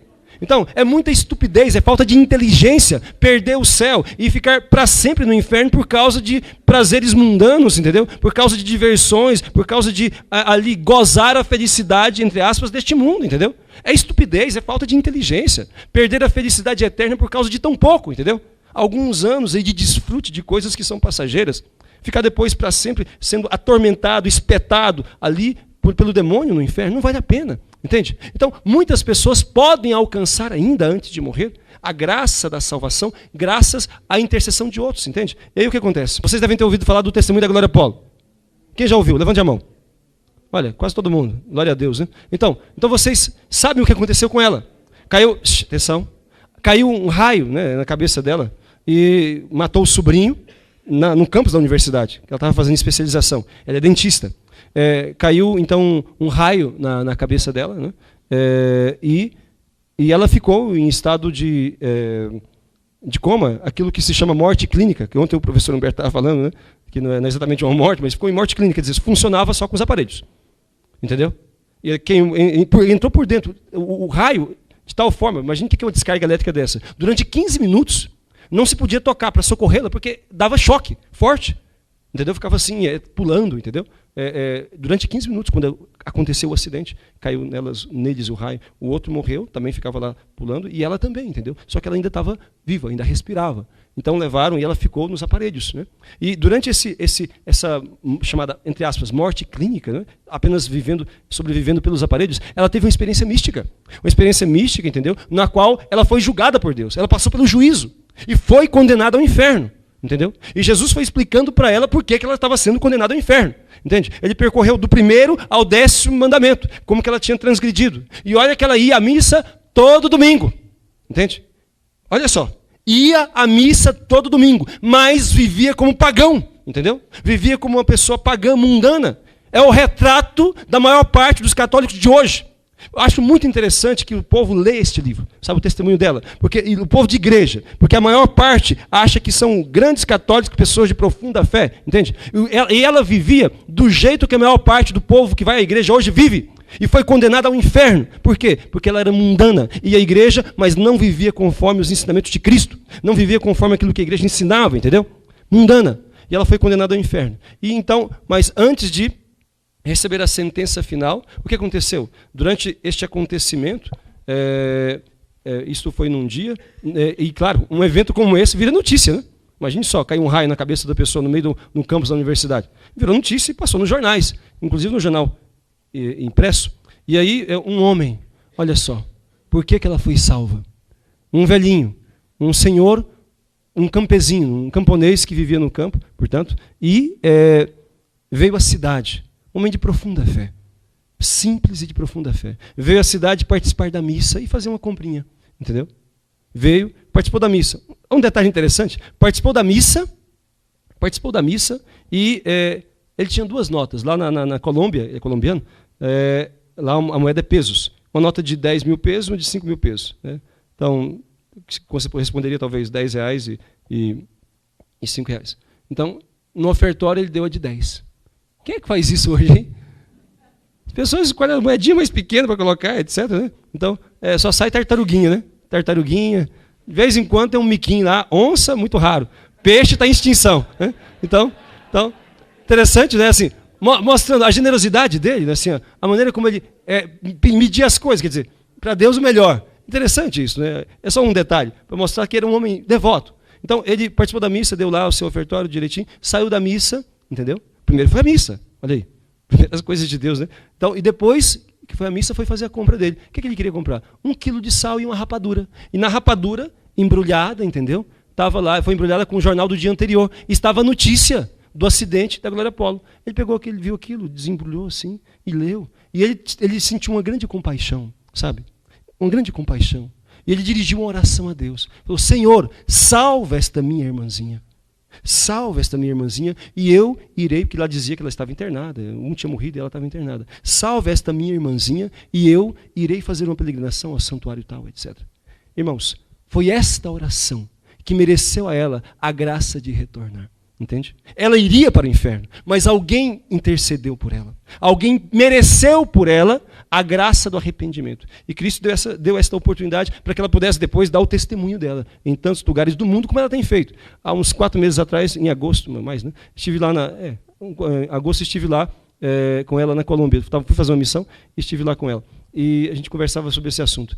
E ela disse, olha, tenho ido em tantos lugares, mas é tão duro. Ela falava aquilo da evangelização difícil que muitos não acreditam, né? Padre, o problema são padres e bispos, normalmente. O problema normalmente não é o povo, entendeu? As pessoas, elas têm, especialmente na América Latina, tem uma abertura. Mesmo na Europa. Ela teve em Medjugorje, teve na Itália, teve em Portugal, teve na Espanha. Enfim, até na Alemanha, os livros dela traduzidos em alemão já está esparramado pelo mundo todo. E realmente, sabe, interessante isso. Como ela tem sido fiel ao que dela foi pedido. Então, é isto, a comunhão dos santos. Alguém pode merecer pelo outro. Veja que Nossa Senhora falou em Fátima, quando ela mostrou o inferno. Muitos se perdem porque não tem quem reze e sacrifique por eles. Então, o que você conclui disto? Se houvesse quem sacrificasse e rezasse por eles, eles não se condenariam. Entendeu? Quem se condena, condena por própria culpa. Foi porque realmente não quis Deus. Quem vai para o inferno porque fez opção pelo pecado. Entendeu? O inferno também é uma escolha. Sabiam disso? O inferno também é uma escolha. Alguém pode dizer, né? Mas como é que alguém pode escolher o inferno? Sim, escolhe o inferno. Não que escolhe diretamente o inferno. Eu quero o capeta, eu quero o inferno. Normalmente ninguém fala assim. Mas a partir do momento que a pessoa escolheu o vício, você escolheu viver amasiado, você escolheu o inferno. Você escolheu o carnaval, você escolheu o inferno. Começa pulando aqui e termina lá. Entendeu? Então você escolheu a moda imoral, você escolheu o inferno. Está do jeito que o diabo gosta. Não é? Entendeu? Você escolheu, entendeu? A vida sexual ativa, a promiscuidade, você escolheu o inferno. Entende? Se você escolheu o pecado, você já fez a sua opção. Entende? Você já fez a sua opção, porque ninguém pode servir a 2 senhores. Aonde o pecado entra, Deus sai. Entende? Onde o pecado entra, Deus sai. Certo? Não se iludam. Essa ilusão, olha, o que eu tenho visto no Brasil todo e fora, nos lugares onde eu vou, sabe, é deprimente. Assim, a situação é dramática no mais profundo sentido da palavra. Sabe, o povo católico, em maneira geral, tem vivido uma farsa grotesca, e tem chamado isso de religião. Entende? Pessoas que querem fazer esse esforço monumental para conciliar o espírito do mundo e o espírito de Deus. Isto é uma farsa, irmãos. Isto é uma mentira para si mesmo. Entende? Ou nós somos de Deus, ou nós somos do capeta. Não adianta a gente querer pensar que Deus, porque é bom, porque é misericordioso, irá fazer a gente entrar no céu de qualquer forma, mesmo a gente vivendo no pecado. Se você fez a sua opção, você fez. Entende? Você escolheu. Sabe? Você sabe que viver amasiado é um pecado grave, por que está vivendo assim?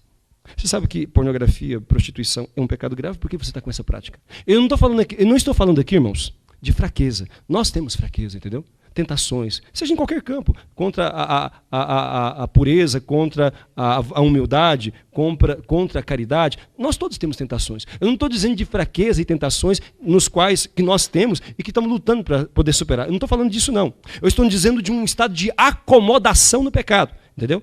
Aquelas pessoas que, mesmo tendo essas fraquezas todas que eu falei, estão lutando, daí caiu, mas levanta, confessa, está rezando, pede a Deus a graça de levantar-se novamente. São pessoas que estão buscando a santidade, mesmo com toda a multidão de fraquezas que tem. Eu não estou dizendo desses, não. Eu estou dizendo que a grande parte das pessoas acomodou-se a uma situação de pecado e não fazem um mínimo de esforço de sair dela. É desses que eu estou dizendo, que são a grande maioria daqueles que estão dentro da igreja, sem falar da pagãozada que está fora. Entendeu? Então, essa é a situação. Então, muitos pensam que podem viver assim. Glória Polo vivia assim, entendeu? E ela iria ser condenada. E muitas pessoas vão para o inferno, por quê? Olha, Nossa Senhora falou, não tem quem reze e sacrifique por elas. Quem vai por própria culpa. Agora, se houvesse, olha aqui a ação, aqui está, a comunhão dos santos. Como que a nossa caridade, o nosso amor pode redundar no bem e na salvação dos outros. Olha só, se houvesse quem rezasse por eles, se houvesse quem se sacrificasse por eles, eles não se perderiam. Mesmo merecendo ir para o inferno, ainda alcançariam a graça porque alguém intercedeu antes de morrer. É interessante para vocês entenderem o mistério disto. Uma bem-aventurada, uma religiosa canadense de língua francesa, Dina Belanger, Deus revelou para ela, Nosso Senhor Jesus Cristo revelou para ela o mistério da vida religiosa. Houveram santos que receberam revelação sobre o purgatório, a Santa Margarida da Coque sobre o coração de Jesus, Santa Faustina sobre a misericórdia, etc. Deus, às vezes, usa almas privilegiadas para poder, então, revelar determinados aspectos da devoção, de alguma prática que pode enriquecer e ajudar as pessoas a se santificarem. Então, São Luís, a verdadeira devoção, etc. Enfim, e a Dina Belanger, Deus falou sobre a vida religiosa. Sabe uma frase interessante que Jesus falou para ela? Disse assim, olha, se todos os religiosos do mundo, religiosas, simplesmente vivessem a sua regra, cumprissem os seus deveres de Estado, ninguém iria para o inferno. Nenhuma alma se perderia. Nenhum homem, nenhum ser humano, nenhuma pessoa. Se os religiosos, nada de extraordinário, irmãos, simplesmente vivesse a regra, rezasse direitinho, cumprisse as obrigações, entendeu? Ele não está falando que eles fossem impecáveis, não. Está dizendo, cumprisse a regra, entendeu? Mas não cumpre. Entende? Não realiza. Entende?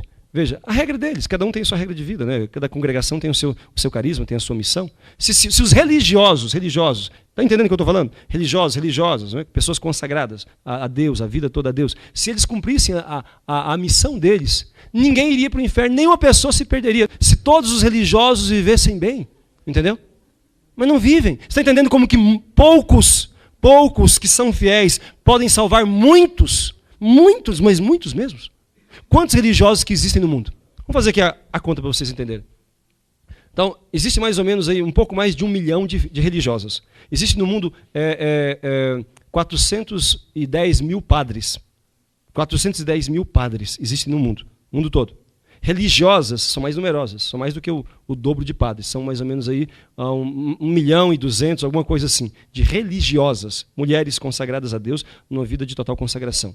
E existem também 1.200.000, mais ou menos assim. Existem também religiosos, homens, que são bem menos numerosos, que não são sacerdotes, mas são religiosos. Alguns são sacerdotes. Pode colocar aí talvez uns 300 mil. Então vai mais ou menos aí, 1,5 milhão de pessoas, se somar os sacerdotes, embora ela não falou dos sacerdotes, ela disse apenas dos religiosos. Se somar os sacerdotes, vai dar quase 2 milhões. Então, imagine só, mas vou colocar só os religiosos. 1,5 milhão de religiosos, 1,5 milhão de religiosos, entendeu? Se vivessem bem, salvaria 7 bilhões de pessoas. O mundo tem 7 bilhões de habitantes. Ninguém se condenaria. Está entendendo? Quer dizer, se nós prestarmos, se vocês forem bons, vocês podem ajudar a salvar muitas pessoas. Está entendendo? Então, Nossa Senhora disse, muitos se perdem porque não há quem reze e sacrifique por eles. Quando a gente faz a santa escravidão de amor, a gente faz a consagração, nós entregamos a Nossa Senhora os nossos méritos, bens espirituais. Entende? Todos nós temos um tesouro espiritual. O que é um tesouro espiritual? São o acúmulo dos merecimentos pelas boas obras que nós fizemos. Tudo aquilo que a gente faz de bom, nós vamos ajuntando, vamos agregando um valor espiritual. As orações, penitências, caridades, entende? Enfim, as dificuldades que são suportadas com paciência, assim por diante. Nós vamos agregando, vamos aumentando. Aquilo que a gente faz na graça de Deus. Se você estiver em pecado mortal, você pode ir daqui à China a pé, rezando o rosário. Pode rezar 1 milhão de terços. Não tem valor nenhum para a eternidade. Você pode pegar tudo que você tem, vender e dar para os pobres. Não tem valor nenhum para a eternidade. Você pode ir daqui a Aparecida de joelhos. Entendeu? Não tem valor nenhum para a eternidade, se você estiver em pecado mortal. Se você estiver separado de Deus, não tem valor nenhum para a eternidade. Pode até te alcançar a graça de voltar à graça, de retornar à comunhão com Deus. Mas para a eternidade não tem valor nenhum. Entendeu? Só tem valor para a eternidade aquilo que você faz estando na graça de Deus. Então, vivam na graça de Deus, por favor. entendeu? Para que vocês tenham merecimentos, tá? Então, e aquilo que você faz, portanto, estando em comunhão com Deus, é o seu tesouro espiritual. O valor meritório, satisfatório e impetratório das boas obras. Isso é o tesouro espiritual que a gente possui, que vale mais do que qualquer dinheiro que você tenha no banco, do que bens que você tenha, carros, casas, fazendas, vacas, etc. Vale mais do que qualquer outra coisa que você possua. É o seu tesouro espiritual. Esse tesouro espiritual, quando você morre, ele se transforma em glória, grau de glória, ou seja, grau de felicidade. Por isso que no céu há quem seja mais feliz do que o outro. Todos são totalmente felizes, mas há pessoas nas quais cabem mais felicidade. Há pessoas que são igual uma garrafinha de 500 ml. Vão ficar cheios, serão totalmente felizes. Mas há aqueles que são igual uma caixa de água de 100 mil litros. Ficarão cheios também. Entendeu? Ambos estão cheios, repletos. Mas na de 100 mil litros cabe mais, coube mais. É diferente, alguém que se converte na última hora, foi convertido, que salvou até pela oração do outro, entendeu? Pelo merecimento do outro, do que aquele que passou a vida toda no esforço de servir, de amar, entendeu? É evidente que é diferente. Não vão ter o mesmo grau de felicidade. Todos serão felizes, totalmente felizes. Mas aquele que, enfim, amou mais, aquele que alargou mais o coração, neste caberá mais felicidade. Todos plenos, todos cheios, mas naquele que coube mais felicidade, evidentemente, né? Ele então terá um grau a mais de felicidade do que os outros que fizeram um pouco menos, tá certo? Ele terá um pouco mais, terá muito mais de felicidade, proporcional ao amor que ele teve. Enfim, nós temos um tesouro espiritual. Esse tesouro espiritual ele tem uma parte que é doável e uma parte que não é. A parte que não é doável, que não é transferível, é a parte pessoal, que se transformará no grau de glória, certo? Então, quando nós nos consagramos a Nossa Senhora, ela guarda e faz render. Nossa Senhora é o banco de Deus. Só que não é igual aos bancos da terra. Quem tem conta em banco sabe, né? Os bancos da terra, além de não render nada, eles catam o que a gente coloca. Entendeu? É desse jeito. Então, Nossa Senhora é o banco de Deus. Ela guarda e faz crescer aquilo que está lá, entendeu? E aquela parte que é doável, você entrega a ela, e ela é quem administra. Só que aqui acontece uma coisa maravilhosa, irmãos. Eu vou usar aqui uma linguagem monetária para vocês entenderem. Embora a matemática de Deus é diferente da nossa, tá certo? É mais para efeito de facilitar o entendimento. Então, vamos supor que você reza um terço. Aí você é consagrado a Nossa Senhora. Aliás, você não é consagrado, você reza um terço. Aquele terço valeu, você está na graça de Deus, você está em comunhão. Aquele terço valeu 50 moedas de ouro para poder agregar ao seu tesouro espiritual. Entendeu? 50 moedas de ouro, certo? E você fez uma caridade, né? Então, mais 200 moedas de ouro. Você participou de uma missa, mais 500 moedas de ouro. Você, lá no seu trabalho, né, tem alguém que te enche o saco todo dia, te torra a paciência. Dá vontade de pegar e apertar o pescoço dele, né? Entende? Mas você vai e vence aquela tentação, né? Aquela tentação e oferece para Deus 1000 moedas de ouro, né? Então, enfim, tá vendo? Então, tudo que você faz estando na graça de Deus e por amor a Deus, você então agrega valores ao seu tesouro espiritual, certo? É o que acontece, mas você não é consagrado. Se você fosse consagrado, você não sendo consagrado, você é que oferece a Deus as boas obras que você faz. Você oferece o terço, você oferece a missa, você oferece a caridade, você oferece a novena que você fez, aquela provação que você suportou, etc. E Deus recebe, se você o oferece com boa vontade. Mas se você consagrou-se, você não oferece direto a Deus aquilo que você fez, porque não pertence mais a você. Tudo que você é e tudo que você faz é de Nossa Senhora. Quem oferece é ela. É ela que vai oferecer a Deus. Entende? É ela quem vai oferecer a Deus as suas obras, as suas caridades, penitências, etc. Só que o que ela faz? Entende? Como você confiou a ela, como você a honrou, entregando-se como escravo por amor, entende? E ela incumbiu a ela, né, por um ato de amor e de confiança, de abandono, incumbiu a ela a administração, portanto, dos seus bens, fazendo-se você mesmo uma pertença dela, é ela quem vai oferecer a Deus. Só que aqui há algo que nos consola imensamente. Nossa Senhora, irmãos, ela não oferece porcaria para Deus. Entende? O que acontece? Que aquela sua oração, muito distraída, entendeu? Você estava voando quando estava rezando aquele terço, né? Estava aí, distraído, assim. Então, não foi com aquela fé, com aquele fervor, né? Ficava pensando em outras coisas, etc. Aquela caridade sua teve um bocadinho de vaidade, né? Assim, né? Você sentiu-se um pouco vaidoso porque fez alguma coisa, etc. Né?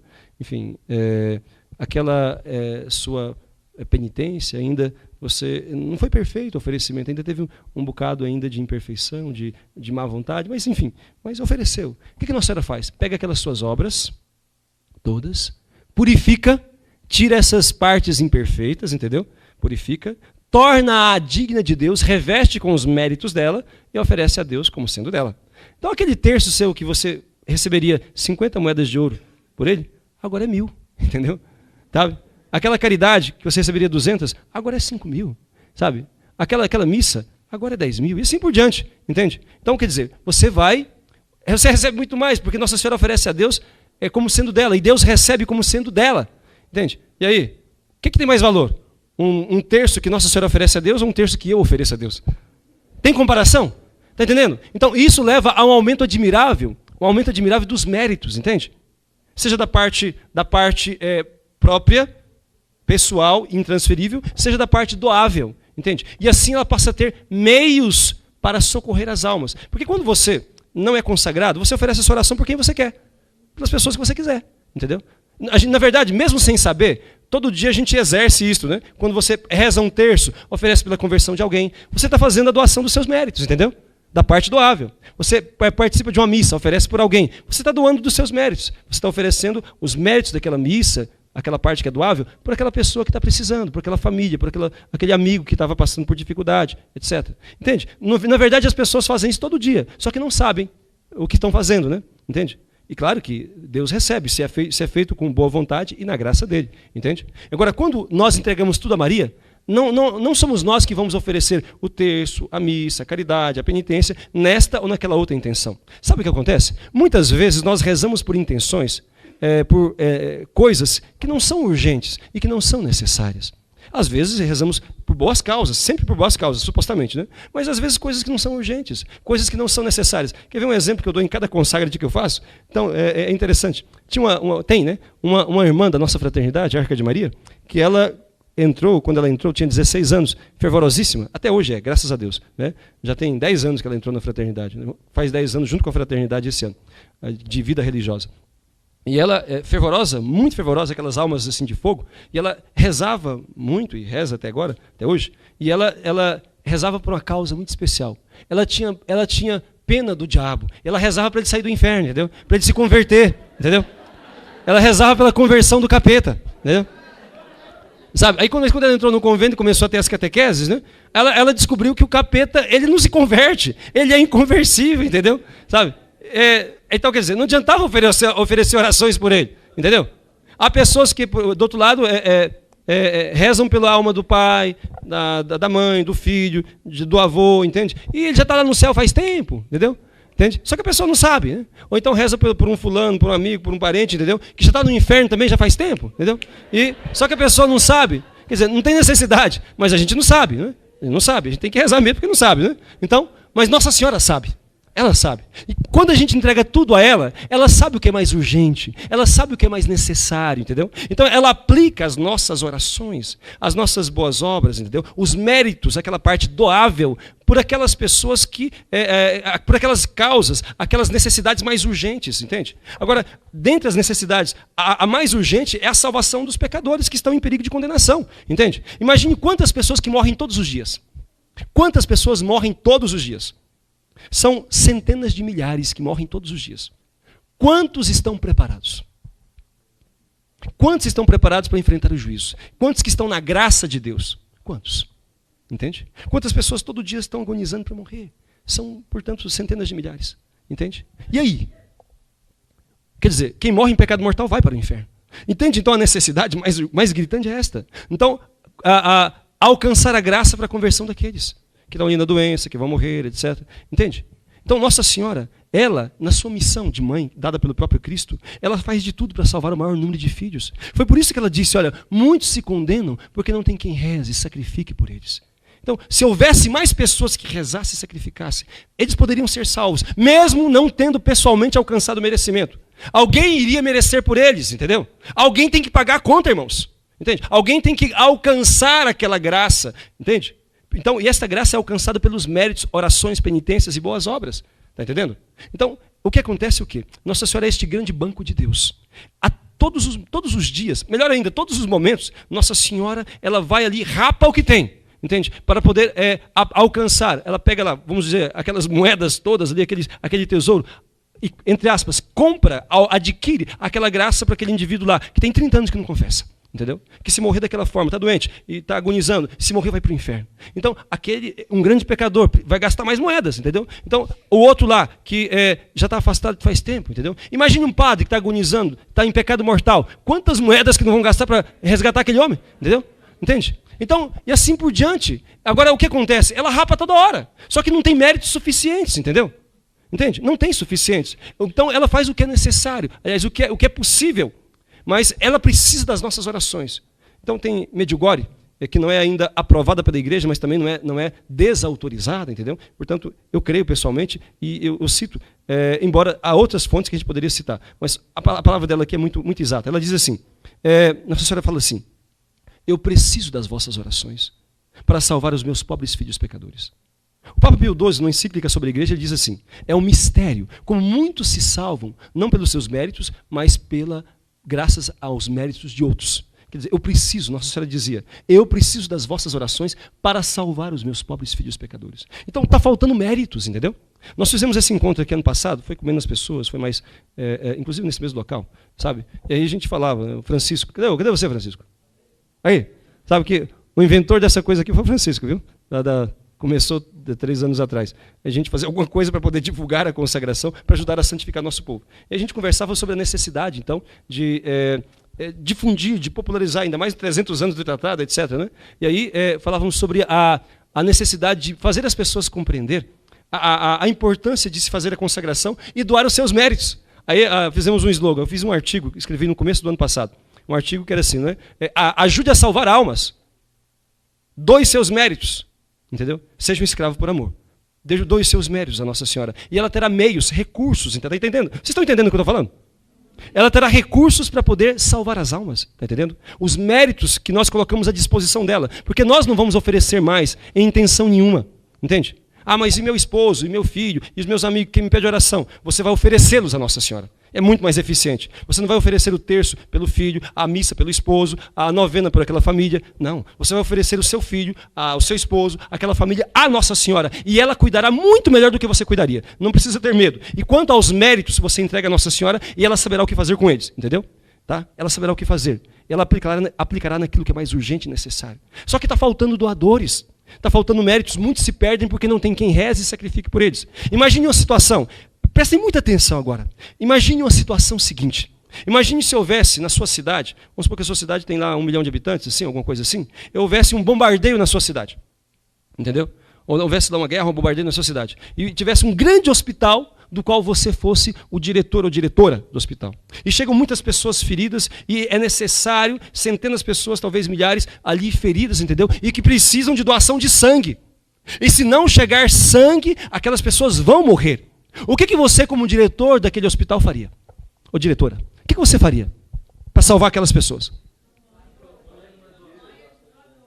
É isto, você faria, não é? Uma grande campanha de doadores de sangue, entende? Para poder sensibilizar as pessoas para a necessidade de doar o sangue para salvar aquelas pessoas. Se chegar o sangue, elas se salvam. Se não chegar, elas vão morrer. Entende? Então você usaria a televisão, o rádio, então carros de som, o que fosse necessário, bateria nas portas, o que fosse preciso. Organizaria então pessoas para ir atrás, fazer isso. É isso que nós estamos tentando fazer. Só que por uma causa muito mais séria. Precisa-se de doadores. Há muita gente indo para o inferno. Nossa Senhora disse, muitos se perdem porque não há quem reze e sacrifique por eles. A santa escravidão de amor, irmãos, ela nos transforma em doadores de bens espirituais, entende? Disponibiliza Nossa Senhora a parte doável dos nossos méritos, de forma que ela possa socorrer os nossos irmãos no mundo inteiro que estão agora no perigo de se condenar, porque vivem fora da graça de Deus, para que eles possam obter ainda antes de morrer a graça da contrição. Entendem agora o ódio de Satanás? Então eu disse do medo dele de ter a sua cabeça esmagada. Mas o ódio, a razão do ódio do demônio é muito mais pelas almas que lhe são roubadas. Entende? E são muitas, mas muitas mesmas. A maior parte das pessoas que se salvam por causa daqueles que intercedem por elas. E se houvesse mais pessoas que fizessem a santa escravidão, que se consagrassem e disponibilizassem a Nossa Senhora os seus méritos espirituais, muitas mais pessoas se salvariam. Entende? Porque imagine só, vamos pegar o indivíduo, aquele que dizia que tinha 30, 40 anos que não confessava. Imagine só, o demônio engordou aquele desgraçado durante 30, 40 anos no pecado. entendeu? E aquela pessoa, o demônio só esperava o momento de ele morrer para tomar posse da sua alma eternamente e atormentá-lo, espetá-lo lá no inferno para sempre, por toda a eternidade. Entende? E de repente aquele indivíduo adoece, tem algum acidente, agoniza para morrer. Então o demônio está ali, esperando a hora, entendeu? De tomar posse daquela alma. Mas o que acontece? Então houveram a Nossa Senhora, pelos méritos dos seus escravos, alcançou para aquele infeliz, aquele desgraçado, a graça da contrição. E de desgraçado que era, ele se converte, no sentido, ele se reconcilia com Deus. Ele que estava caindo no inferno, ainda é pego, entendeu, no último momento, por Nossa Senhora, sabe? É pego pelos cabelos, né? Ali, entendeu? E ainda se salva. Imagine o ódio do demônio. Quer dizer, o indivíduo era dele. Durante tanto tempo ele esperou aquela alma, ele cultivou, engordou o indivíduo no pecado. Só esperava ele morrer para que pudesse, então, tomar posse dele. E, de repente, ele é salvo. E sem merecer por ele mesmo. Alguém mereceu por ele. Está entendendo? Aí está a grande ação da misericórdia de Deus. Está entendendo? A caridade. Então, aquele indivíduo, né, foi salvo no último momento, estava caindo no inferno. Então, Nossa Senhora pega lá nos cabelos dele e ainda leva ele para o céu. Então, chega no céu fedendo fumaça. Passou nas beiras das chamas, né? Então, é assim. Eu estava fazendo essa pregação interessante. Estava fazendo essa pregação na cidade. Eu acho que não sei se foi Ribeirão Preto. Estava fazendo essa pregação. Aí quando eu falei, então Nossa Senhora pega ele pelos cabelos e ainda leva para o céu. Aí tinha uma pessoa que era careca. Passou a mão assim e falou assim, nossa, então não vai ter jeito para mim. Então, interessante. Então, mas ela pega. Se não pegar pelos cabelos, pega pelo pé, pega pela mão. Aonde tiver jeito. Pega na barba.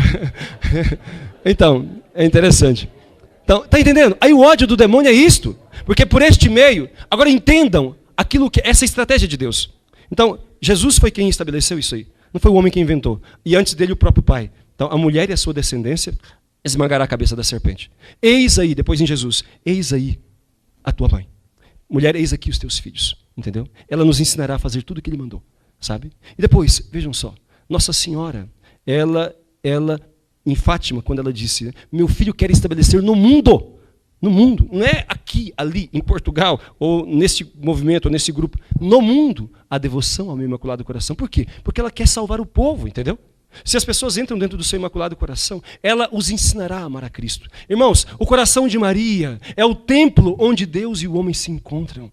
É ali, entendeu? Aonde a graça acontecerá. E aquilo que nós não somos capazes, veja, a gente usa argumentos racionais, esmiuça o mais possível para fazer as pessoas compreenderem a importância, a necessidade de se viver na graça de Deus. Mas não é só uma questão intelectual. A compreensão disto é dom do Espírito Santo. Então, se a gente consegue levar as pessoas ao Imaculado Coração, aquilo que nós não somos capazes de fazer as pessoas entender, Nossa Senhora o é. Aquilo que nós não conseguimos, ela alcançará, entendeu? Então, se nós levamos as pessoas ao Imaculado Coração, Nossa Senhora, por assim dizer, explicará ao coração das pessoas quem é Deus, a importância que Ele tem, a absoluta superioridade das coisas do alto, está entendendo? Portanto, não devem ter medo, devemos nos enganjar. Olha, irmãos, em resumo, nós não podemos deixar escondido, entendeu? O método que Deus escolheu para poder, então, salvar o seu povo e realmente estabelecer no mundo o reinado de Jesus Cristo. Foi por intermédio da Santíssima Virgem, como diz São Luís, que Jesus Cristo veio ao mundo. É por meio dela que ele deve reinar no mundo. Esta é a vontade de Deus. Não foi o homem que escolheu isto. Não foi a carne nem o sangue quem estabeleceu essa estratégia. Foi o próprio Cristo que assim o quis. Eis aí a tua mãe. Nós temos que dizer à humanidade inteira, eis aí a tua mãe. Deixe-se formar por ela e ela te ensinará a amar Jesus Cristo. Ela te ajudará a alcançar o céu, porque ela te fará compreender o quanto Deus vale e o que ele deve ser na sua vida. Está entendendo? Então temos que nos empenhar. Olha, o demônio escondeu o tratado durante 130 anos. Nós não podemos deixar que isso continue acontecendo. Nos lugares que eu vou, e olha que eu tenho andado muito, viu? Pregado muito a respeito dessas coisas todas. Então, a média de pessoas que conhecem a verdadeira devoção, sabe qual é? 1%. 1%. 1% das pessoas que conhecem a verdadeira devoção. Por quê? O demônio está conseguindo esconder de novo. Então, e isto porque melhorou muito, hein? Porque a primeira vez que eu fui pregar na Canção Nova a respeito desse assunto, quase todos os anos eu vou lá, então, foi 11 anos atrás, ninguém sabia nada a respeito do assunto praticamente. Nada, praticamente nada. Né? As edições da Voz, que ela publicava o tratado, né? Publica, né? Ficava tempos para poder editar outro, etc. E falei, naquela ocasião, observei, depois daquela pregação na Canção Nova, rapidamente foram 2 edições da Voz. E aí foi sempre mais e mais. Né? E enfim... Depois nós mesmos começamos a publicar, porque o da Voz é muito caro, a gente disponibiliza para o povo bem mais barato. O tratado da Voz é R$22, R$24, a gente vende por 12, entendeu? Então, a gente passa para o pessoal para vender de 15, né, para poderem ter uma parte de lucro, etc. Mas, enfim, isso porque a gente trabalhou muito. E nós editamos até agora, mais de 150 mil tratados, nesses últimos 8 anos. 150 mil tratados, mais de outros 150 mil livros que falam da consagração, entendeu? Quer dizer, foram mais de 300 mil livros. E um monte de folders, um monte de panfletos, a presença das irmãs, dos irmãos, um monte de eventos, falando, divulgando, etc., na internet, em palestras. E olha, um trabalho muito árduo. E outras comunidades também têm feito isso, entendeu? Em muitos lugares do Brasil, do norte ao sul, muitas pessoas têm abraçado, quase todas as novas comunidades fazem hoje a consagração, muitos se empenham em divulgá-la, entende? Porque não é coisa nossa, isso é coisa do católico, de todo mundo. O pedido da Nossa Senhora foi para todos. Meu filho quer estabelecer no mundo a devoção ao meu Imaculado Coração. Portanto, a missão é de todos, entende? Nós temos uma parte que nos compete, mas é missão de todos, certo? Então, é interessante isso. E mesmo assim, 1%. Então, nós temos que saquear o inferno. Nós temos que impedir que o demônio continue fazendo cativos e levando muitas pessoas para lá. Nós temos que difundir a consagração. Isto ajuda a nossa santificação pessoal e redunda no bem na salvação de muitos outros. Estão entendendo? Então, é o método que Deus escolheu. Meu filho quer estabelecer no mundo a devoção ao meu Imaculado Coração. Porque assim se santifica aquele que faz a consagração e se salva muitos outros que sequer às vezes pensam em Deus, que estão longe, que estão fora. Entende? Está entendendo? Então, o Papa João Paulo II, em uma das suas cartas, para vocês entenderem, para a gente finalizar esse momento, veja só. O que ele disse? Escrevendo aos Monfortanos, o Papa João Paulo II disse o seguinte, escrevendo a eles, falando sobre a consagração. O Papa, isso da boca de um Monfortano eu escutei, o Papa foi muito, o Papa João Paulo II foi muito mais Monfortano do que todos os Monfortanos. Entendeu? Ele fez essa consagração quando era seminarista. E ele foi a grande voz do mundo na atualidade que divulgou essa consagração. Aí isso aqui é até muito importante para vocês todos, porque quando algum padre, ou bispo, ou pessoa, líder de movimentos, qualquer, vem falar contra a consagração, você vai dizer, olha, isso aqui é a consagração aprovada pela igreja e feita por um monte de papas. Você vai contra a igreja? Entende? Foi a consagração que o Papa João Paulo II fez quando era seminarista. E ele não apenas vivenciou, mas recomendou a todos que fizessem. Não obrigou, mas recomendou a todos que fizessem, porque é um auxílio para a nossa vida espiritual. Quem é que pode fazer a consagração? Todo mundo que quer ser santo. Não é uma elite só não, entendeu? É para os perfeitos, por muitos desenvolvidos, de maneira alguma. É para os pecadores, igual vocês, igual eu. Então, é para quem quer amar a Deus, quem quer ajuda para amar a Deus. É um auxílio, entendeu? É uma ajuda para a nossa vida espiritual. Jesus nos entregou a Maria para que ela nos ensinasse a amá-lo. Então não se tem exigências extras para que se faça a consagração, a não ser o desejo sincero de ser santo. Se não quer ser santo, não tem sentido de fazer. Porque seu destino é o inferno, evidentemente. Então não tem sentido fazer a consagração. Né? Então, mas se você quer realmente ir para o céu, se quer viver a santidade, Nossa Senhora te ajudará. Eis aí a tua mãe, entendeu? Não precisa ter medo. E proporciona aos outros também. Ah, mas eu não fico obrigado a fazer um monte de coisa. Você não está obrigado a fazer nada. Nada. Só que você passa a fazer. Porque Nossa Senhora te leva, entendeu? Mas não porque é obrigado, entende? Mas porque você deve viver a sua fé. Porque você é católico, porque você é cristão, porque você tem que ser santo. Ela te ajuda a compreender a necessidade de amar a Deus, de colocar em prática a vontade dele. Entende? Mas ninguém passa a ter nenhuma obrigação extra. Ah, mas eu não tenho que rezar o terço todo dia, coroinha, isso, aquilo. Ninguém tem obrigação de fazer isso, não. Evidentemente, quem não reza o terço todo dia é um relaxado, não é um católico ainda, entendeu? Pode estar ainda ensaiando para ser católico. Mas não é porque fez a consagração ou não fez, entende? É porque você é católico, independentemente de fazer a consagração, você deve rezar o terço todo dia. Nossa Senhora não falou? Rezem o terço todos os dias? Ué, por que não obedece? Ela não é mãe? Então, a gente não tem que obedecer à mãe? Então por que não obedece? Se ela disse, rezem o terço todo dia, por que nós estamos fazendo que não estamos obedecendo? Se ela disse, estabeleça no mundo a verdadeira devoção, o que nós estamos fazendo que não estamos trabalhando para isso? Entendeu? Então, obedeçamos à nossa mãe. Façamos, porque ela quer a nossa felicidade. Ela quer o melhor para nós, certo? Então, meus amados, é isto. Está aí a estratégia de Deus.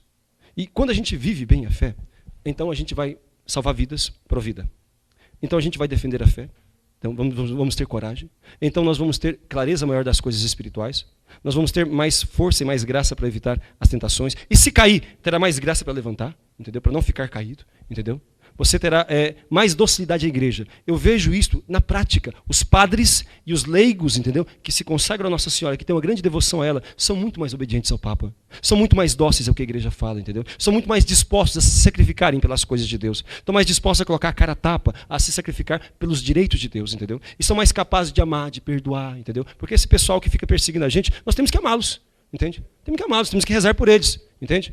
Nós devemos amar e rezar por eles, mas não segui-los, mas não concordar com as ideias erradas deles que estão na contramão da vontade do Senhor, certo? Entende? Porque é uma tentação, a tentação da gente é odiar, é de abominar, é de mandar para os quintos do inferno quem vive dessa forma, né, quem arrasta o povo para a condenação. Mas nós não devemos fazer isso.